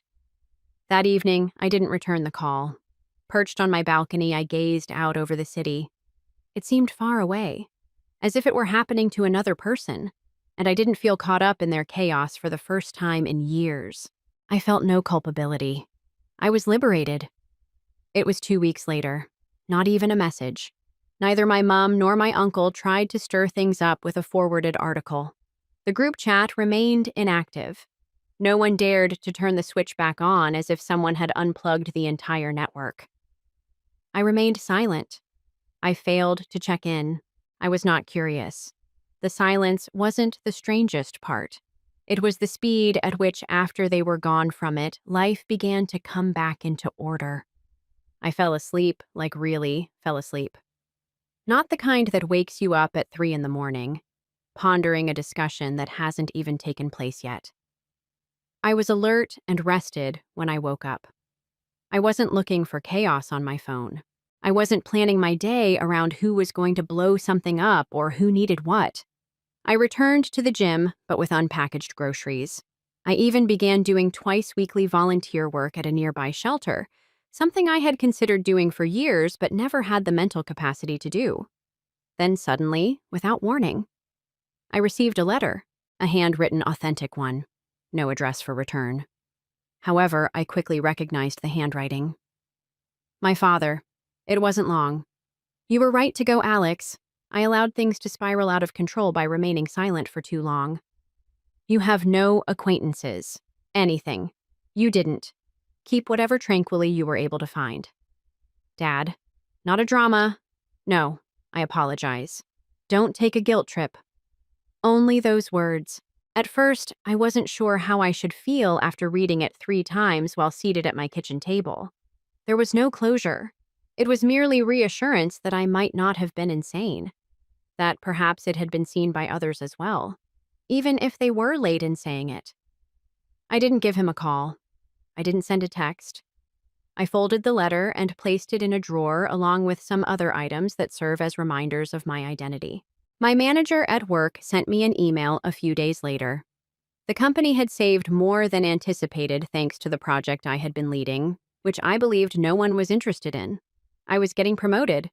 Larger title, better times, more authority. That same day, I agreed to it, without hesitation. Then I took a trip for myself for the first time in my life. 2 weeks, a tiny cabin away from Flagstaff, sky trees, no neighbors. I turned off all notifications, rented a car, and drove off. The problem is this. Nobody discusses the fact that healing isn't always pleasant at first. It feels empty at times, as if you're standing in a room that was once a storm. You can only hear the wind now. You anticipate the subsequent clamor, the next fight, the next demand. However, it doesn't arrive. You begin to fill the area with important items. You begin to recall the sound of your own voice without those background noises. I was not missing the family conversation. The guilt didn't escape me. My final night in the cabin was a performance that I did not miss. I sat with a blanket and a beer outside under the stars, and I considered all that had transpired. The eviction, the voicemail, the post, the credit line, the car, the brunch, and so on. Everything. And I wasn't angry for the first time. I simply felt finished. Not in the dramatic sense. They say that when they're still waiting for someone to come after them, but not in that way. I was really, really done. They are still around. They continue to converse. There's probably still rumors circulating about me. They may even believe that I will return at some point. I won't, though, because leaving isn't always a response. It's a slow, deliberate decision. When making with a steady hand and a clear head. and you don't turn back once you've arrived. The revision. 2 weeks have passed since my return from the cabin. The night I got home, I unpacked everything and kept my whereabouts a secret. Not a single message to family members, not even out of interest. On their end, nothing has changed. The group chat is still quiet. No updates, no sporadic check-ins. My sister hasn't made another attempt to get in touch with me. Not after being evicted from the house and the Facebook post. Ben informed me that she temporarily moved in with a friend. It sounds like she has been avoiding responsibility by telling people that she is taking time to focus on herself. Regarding my parents, since my dad's letter, I have not heard from either of them. Nothing, no guilt, no calls. Strangely enough, I believe that's how he intended it to be. Story 5. I used $850,000 of my own funds to rescue our vineyard. My sister was then appointed CEO by my parents. I then reclaimed everything and established my own wine business. Greetings from our yearly harvest festival. At River's Edge Vineyard, my father made an announcement, his voice echoing through the adorned barn. A fascinating new chapter in our family's history begins today. It gives us great pleasure to inform that Andrea, who just earned her MBA, will be taking over as CEO. I sat motionless with my wine glass halfway to my lips as the audience erupted in cheers. I had moved all of my life money to keep this vineyard from going into foreclosure 6 months ago. I now saw my younger sister, who had never spent a day in the fields, come up looking stunning in her beautiful clothing. I'm Jessica, and I'm 35 years old. Without ever asking my parents for assistance, I started my investment consultancy business from the ground up and saw it grow into a profitable enterprise. I worked 60-hour weeks and learned the true meaning of achievement while Andrea's parents paid for her MBA. That's why I instantly sent $850,000 of my whole life savings when they contacted me in tears about the bank's foreclosure notice 6 months earlier. They said, "We're family. We have faith in one another." My father went on to mention her business education and new outlook. River's Edge will enter a new phase of innovation and expansion under Andrea's direction. She possesses the ideal blend of academic schooling and knowledge of our family's history. I watched as Andrea reveled in the praise. The same sister who, instead of studying soil composition or fermentation methods, had devoted her undergraduate years to sharing pictures from vineyard photo shoots. The same sister who was unable to distinguish between our Merlot and Cabernet. Last Christmas, in a blind tasting, my mom gave me a gentle pat on the arm. "I hope you get it, honey, Jessica. Andrea is the obvious candidate to manage the business side because of her degree." I smiled warmly as I interrupted her. "Naturally. Andrea will do well, Mom." Even though my chest was getting cold, I held my voice steady as I raised my glass and made a toast to River's Edge's new CEO. I excused myself, took my phone out into the cold evening air, and scrolled to a contact I didn't think I'd need. I had met the aggressive corporate lawyer, Rachel Thompson, at a number of wine business gatherings. "Regarding a family business issue, I need your assistance. Are you available to meet tomorrow?" I texted you. She answered right away. 10 a.m. at my workplace. Bring any supporting paperwork you may have. Rachel's office had a view of downtown Dallas with the steel and glass towers glinting in the early sun. Sitting opposite me, she went over the bank statements that showed that I had transferred $850,000 to the River's Edge Vineyards account. She looked up from the papers and said, "Let me clarify this. Without a formal contract or even a promissory note, you moved all of your life savings." I said, "They're my family." When they contacted regarding the foreclosure notice, the words now taste nasty. Saving our legacy was all I could think about. Because they had overleveraged the property for Andrea's MBA program and a new tasting room she insisted they needed, 3 generations of winemaking were on the verge of being lost. Rachel reclined in her seat. "She has now been appointed CEO, preserving the vineyard in spite of your investment."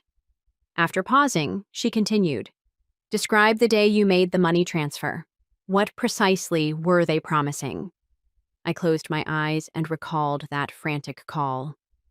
I'll take care of that, Dad said. My position in the family business would be guaranteed by my investment. As she talked about how they would make it up to me, Mom was crying. With a rise in anger, I opened my eyes. Rather, they are behaving as though my contribution was merely a daughter's obligation. Were these conversations observed by anyone? Rachel inquired. Yes, I said, straightening my posture. When I went to set up the transfer, their accountant, Michael, was present. He repeatedly suggested that we put something in writing, but he seemed uneasy about the whole thing. My parents threw him out, claiming it would be a betrayal of the family's confidence. Rachel's eyes shone brightly. Michael might be of great assistance. However, we must first ascertain your desired result. Would you like to run the vineyard? I gave a headshake. I want interest on my investment returned. Give Andrea the title of CEO. I'll use my money to launch my own vineyard, one with which they will have to contend. Excellent, Rachel grinned. Since I have a strategy, verbal fraud is what your parents did. These bank documents and Michael's testimony will help us make a compelling case. However, we will send a demand letter first rather than filing right away, one that describes in detail how their conduct might be seen as intentional financial manipulation. She took out a notebook. Within 30 days, we require that you return your $850,000 plus 8% annual interest. We'll also ask for all of your investments' financial records. After they received your money, I'm sure they made some intriguing decisions. A burden was lifted from my shoulders. Additionally, we file a lawsuit to expose their books to public scrutiny if they refuse. I have a feeling that your sister's MBA hasn't equipped her to handle that kind of crisis. At River's Edge, the demand letter landed like a bomb. Andrea called me while I was working from my flat, her voice shrill with panic. A lawsuit. Are you crazy? Everything our family has worked so hard to build will be destroyed by you. She let out a scream. You're to blame for Dad's chest pains. I kept my cool and let her vent. The answer is straightforward. Return my $850,000 investment plus 8% interest over a 6-month period. Andrea, you have an MBA. The maths is within your grasp. This vineyard was saved with that money. Your heritage as well. And now you want to take it back by bankrupting us. She paused, her tone shifting to one of cunning. Additionally, your fancy lawyer ought to be aware of the complexity of family businesses and verbal agreements. Nothing can be proven by you. I smiled, though she couldn't see it. Actually, I just got off the phone with Michael. Remember him? Your accountant. He's given a sworn statement about the day I made the transfer, about how he advised putting our agreement in writing, and how Dad promised me a secured place in the business. The line went silent for a moment. Then hold on. Dad wants to talk to you. My father's voice came through, strained and angry. Jessica, what are you doing to us after everything we've done for you? Everything you've done for me? I cut him off. Let's talk about that. While you paid for Andrea's education, her MBA, her car, her apartment, I created my own life. You promised me a future here in return for preserving the vineyard, and that was the only thing I ever asked for. You were never promised control. Andrea is qualified for this. I am no longer requesting control. Once more, I interrupted. I want my money returned. Money that you took with a clear plan for its use.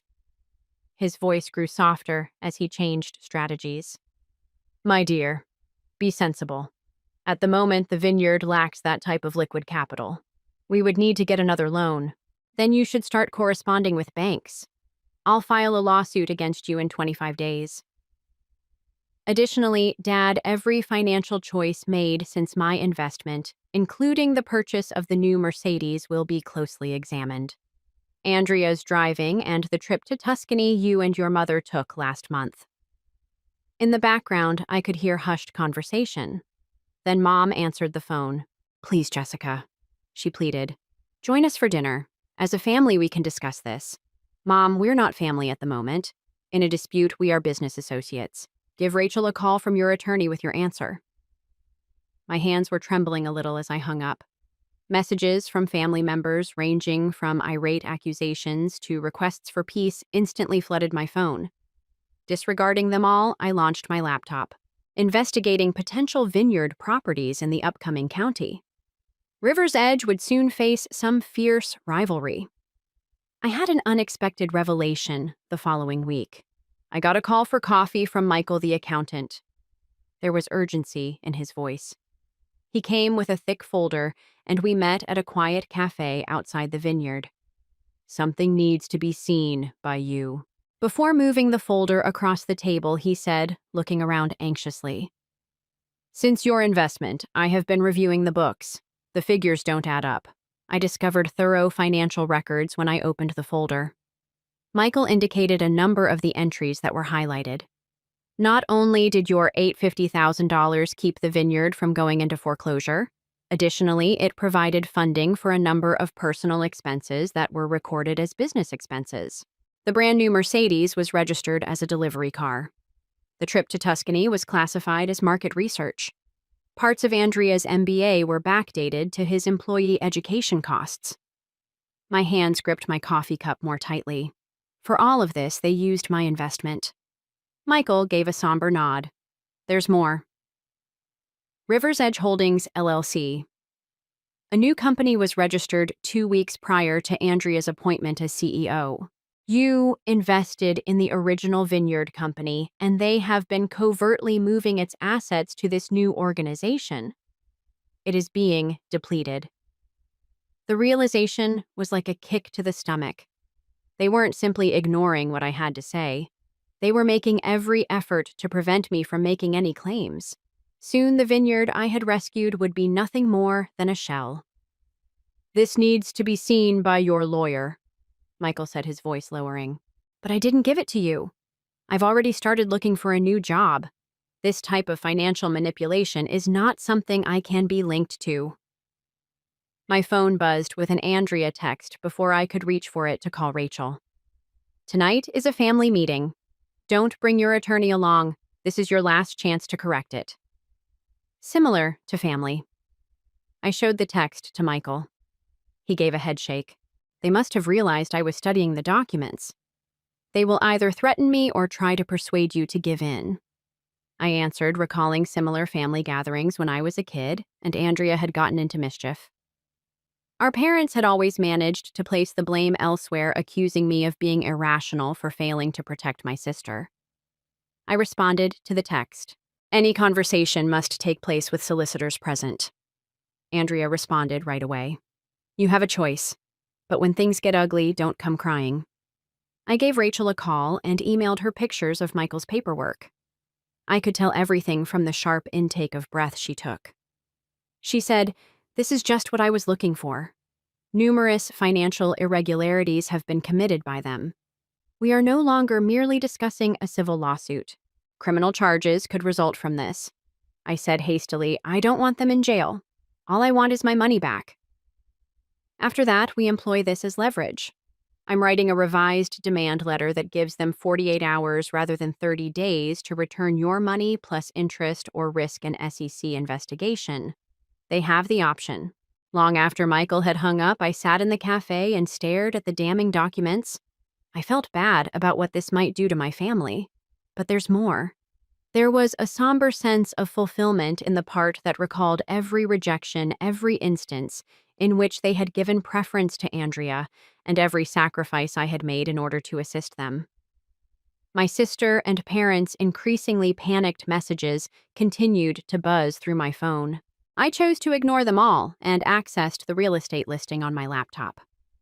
Just across the valley from the river's edge, Marshall Creek is 200 acres of prime vineyard land that I had been eyeing. It had perfect soil composition, great sun exposure, and most importantly, a clear view of my family's vineyard. On harvest day, the revised demand letter struck with more force than a hailstorm. My father stormed into my flat while I was in the middle of a virtual tour of the Marshall Creek property, brandishing the letter as if it were a white flag of surrender. Criminal accusations. His face wheezed. "Go through your own family. I'm a better parent than this." I I reduced the size of the browser window that displayed the south-facing slopes of Marshall Creek. Did you bring me up to tolerate robbery? Because you did just that. I took my $850 or $1,000 and spent it on vacations in Italy and fancy cars, while preparing to shut me out of the company. I interrupted him, but we never intended for him to start. Keep it. I've seen the asset transfers, the new LLC, the financial records, everything. You didn't simply turn on me. You made an effort to prevent me from retaliating. I got up and spoke steadily. You still have 40 hours to reimburse my investment plus interest. Or Rachel submits all of the information to the SEC. His face turned pale from red.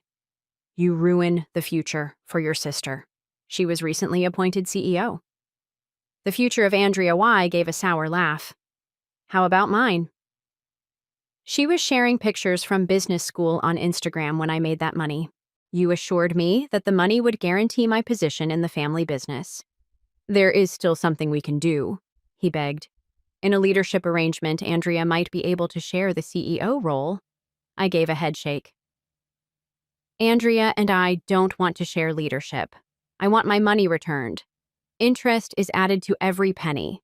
After that, you won't ever have to be concerned about me challenging your valued CEO. The word competitive caused his eyes to narrow. What does that signify? At that moment, my phone began to buzz. Marshall Creek was being handled by the real estate agent. The timing was ideal. I responded on the speaker. Hello, Jessica. Fantastic news. Your offer has the owner's full attention. They adore your plan to increase the vineyard's output. When is a good time to meet and talk about terms? As I realized, I saw my father's face fall apart. Marshall Creek wasn't a typical piece of land. It was the edge of a river. Primary rivalry. Before the owner retired and let the vines go, their wine had continuously won more accolades when my grandfather was in charge. You wouldn't, he muttered. Wouldn't it? I'm going to start my own vineyard. Compete with the company that stole from me by utilizing my experience. Dad, Grandpa, and everything else taught me about winemaking. Andrea was studying business cases at the time. I was researching weather patterns and soil samples. Your grandfather would feel embarrassed. Trying a final emotional jab, he said. He would be proud, no. Feeling proud, I won't allow you and Andrea's avarice to ruin his legacy. I returned my attention to my laptop. I have a property to purchase TikTok on that 40-hour period, if you don't mind. Without saying another word, he slammed the door behind him and walked out. My phone was inundated with Andrea's messages in a matter of minutes. You have no right to threaten Dad in this way. You're simply envious of my accomplishments. You're the reason Mom is crying. After blocking her number, I went back to the Marshall Creek listing and saw that although it needed some work, the property had potential. More significantly, I could make wines that would directly compete with River's Edge's bestsellers thanks to its premium grapes and higher elevation. Once more my phone buzzed. Rachel. They're scrambling this time, she said. Their lawyer called me just now. They appear to be attempting to obtain an emergency loan. I grinned. In any case, I prevailed. I either received Marshall Creek or my money back. Additionally, River's Edge would experience the true essence of competition. 12 hours remain before the deadline. My mom arrived at my workplace. She wore the same expression she'd worn as a child trying to mediate disputes between Andrea and me, and she carried a thick manila envelope. She said, settling into the chair across from my desk, "Your father's had to be sedated. He had extremely high blood pressure. Are you content now?" I maintained a neutral expression. Mom, what's in the envelope? She moved it over my desk. Our best effort. All of our assets have been mortgaged. This sum is $600,000. The bank would only give us that. The remaining amount can be paid in installments. I kept my hands off the envelope. The deal wasn't that.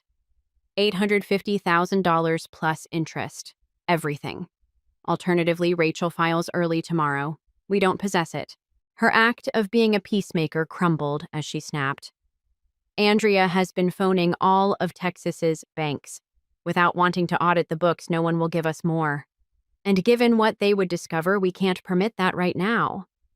I inquired subtly about things like how you've been concealing assets in that new LLC and how you utilized my investment to fund Andrea's MBA rather than preserving the vineyard. Mom's expression froze. How did you? I have copies of all of it.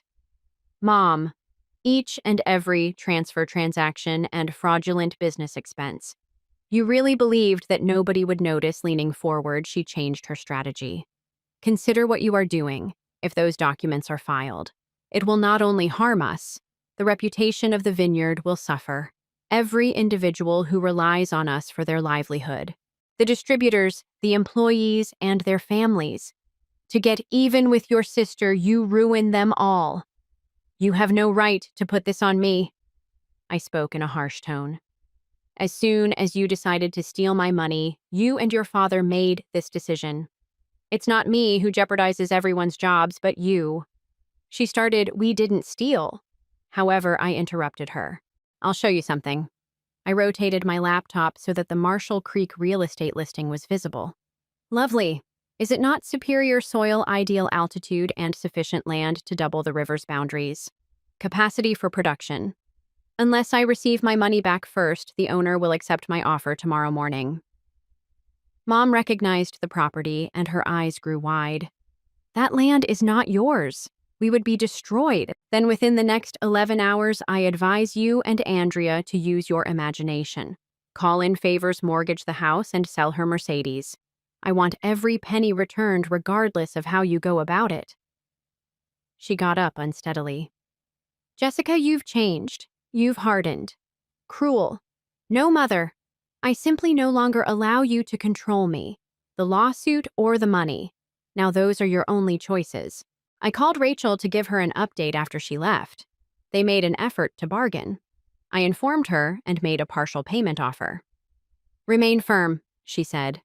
They're desperate based on what I've been told. All day long, their lawyer has been phoning banks. At that moment, I received a fresh email from the Marshall Creek realtor owner who was eager to close. Can get together tomorrow morning to sign documents. I confirmed the meeting with a smile and a letter. I then sent Andrea a text. There are 11 hours remaining. Talk, she responded right away. You're making a grave error. We could spend years in court according to Dad's attorney. I returned one picture. The view from the top of Marshall Creek.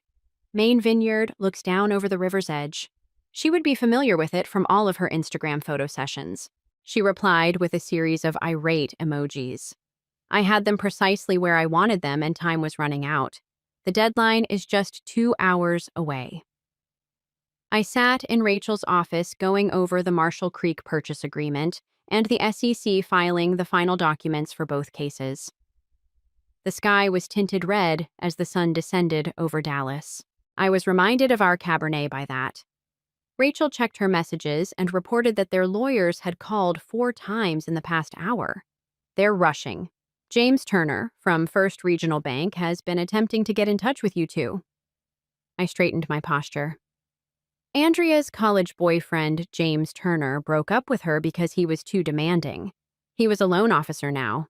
Michael, the accountant who called the emergency board meeting at River's Edge, texted me before I could reply. In the loo, Andrea is crying. If your father doesn't correct this, your mother is threatening to reveal something about him. Chaos reigns. When I called James, he picked up right away. According to him, there are significant anomalies in the vineyard's records. Without a thorough audit, I am unable to grant their urgent loan request. However, there is an alternative.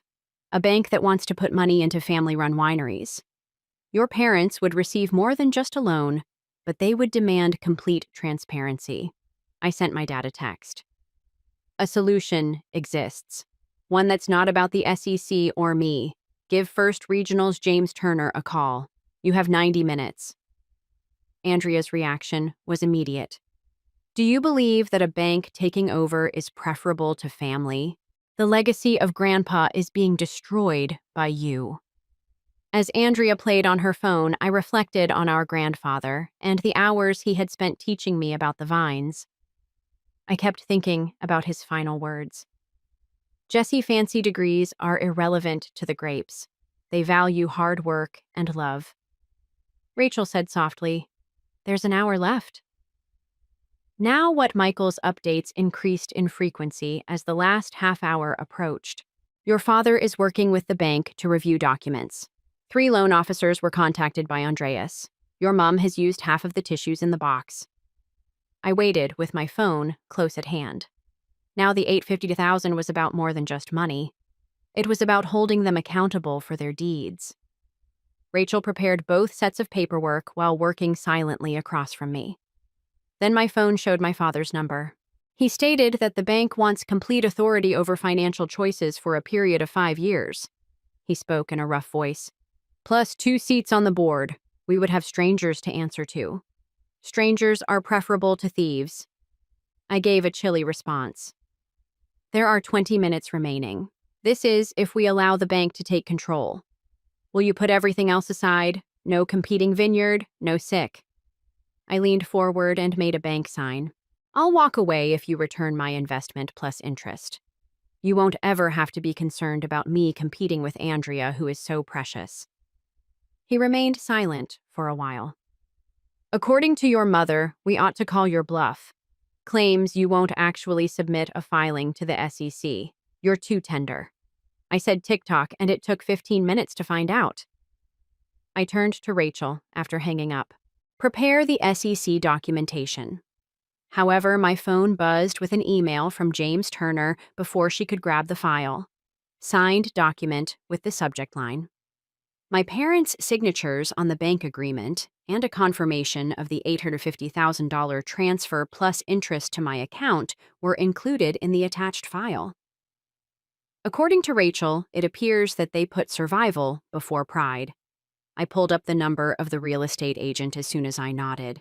They were selling the vineyard across the valley from Marshall Creek. Reduced cost, 2 improved water rights. After 2 months, I was standing on Sunset Valley Vineyard. My recently acquired property with its rich soil and ideal western exposure. An added bonus was the view of River's Edge across the valley. After hearing my plans, investors would be willing to support my venture, and I would use the $850,000 that was returned as a down payment. The day after the bank took over, Michael quit his job at River's Edge, and I hired him right away to be my CFO. Andrea is losing her mind. He said he looked at his phone. Her proposal for a new tasting room was turned down by the bank, which cited needless costs and the importance of wine quality. Recalling the bank's first board meeting, I grinned. They had canceled the wine tasting tours in Italy and swapped the Mercedes for a more useful truck. Real financial oversight was outperforming Andrea's MBA. I chose to ignore my mother's weekly texts about mending the family.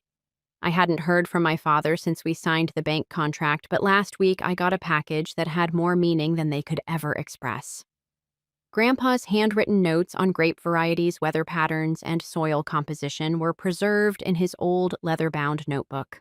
This belongs to someone who recognizes its worth, the enclosed note stated simply. Dad, 3 years from now, these grapes would yield their first vintage, and I was holding that notebook among my recently acquired vines. River's Edge would be my direct rival in 5 years. But I no longer required their approval. I had something superior. I have to leave my own legacy. Are you prepared to plant? Michael pointed to the workers who were waiting with the new rootstock as he asked. Grandpa's notebook was tucked into my jacket. We should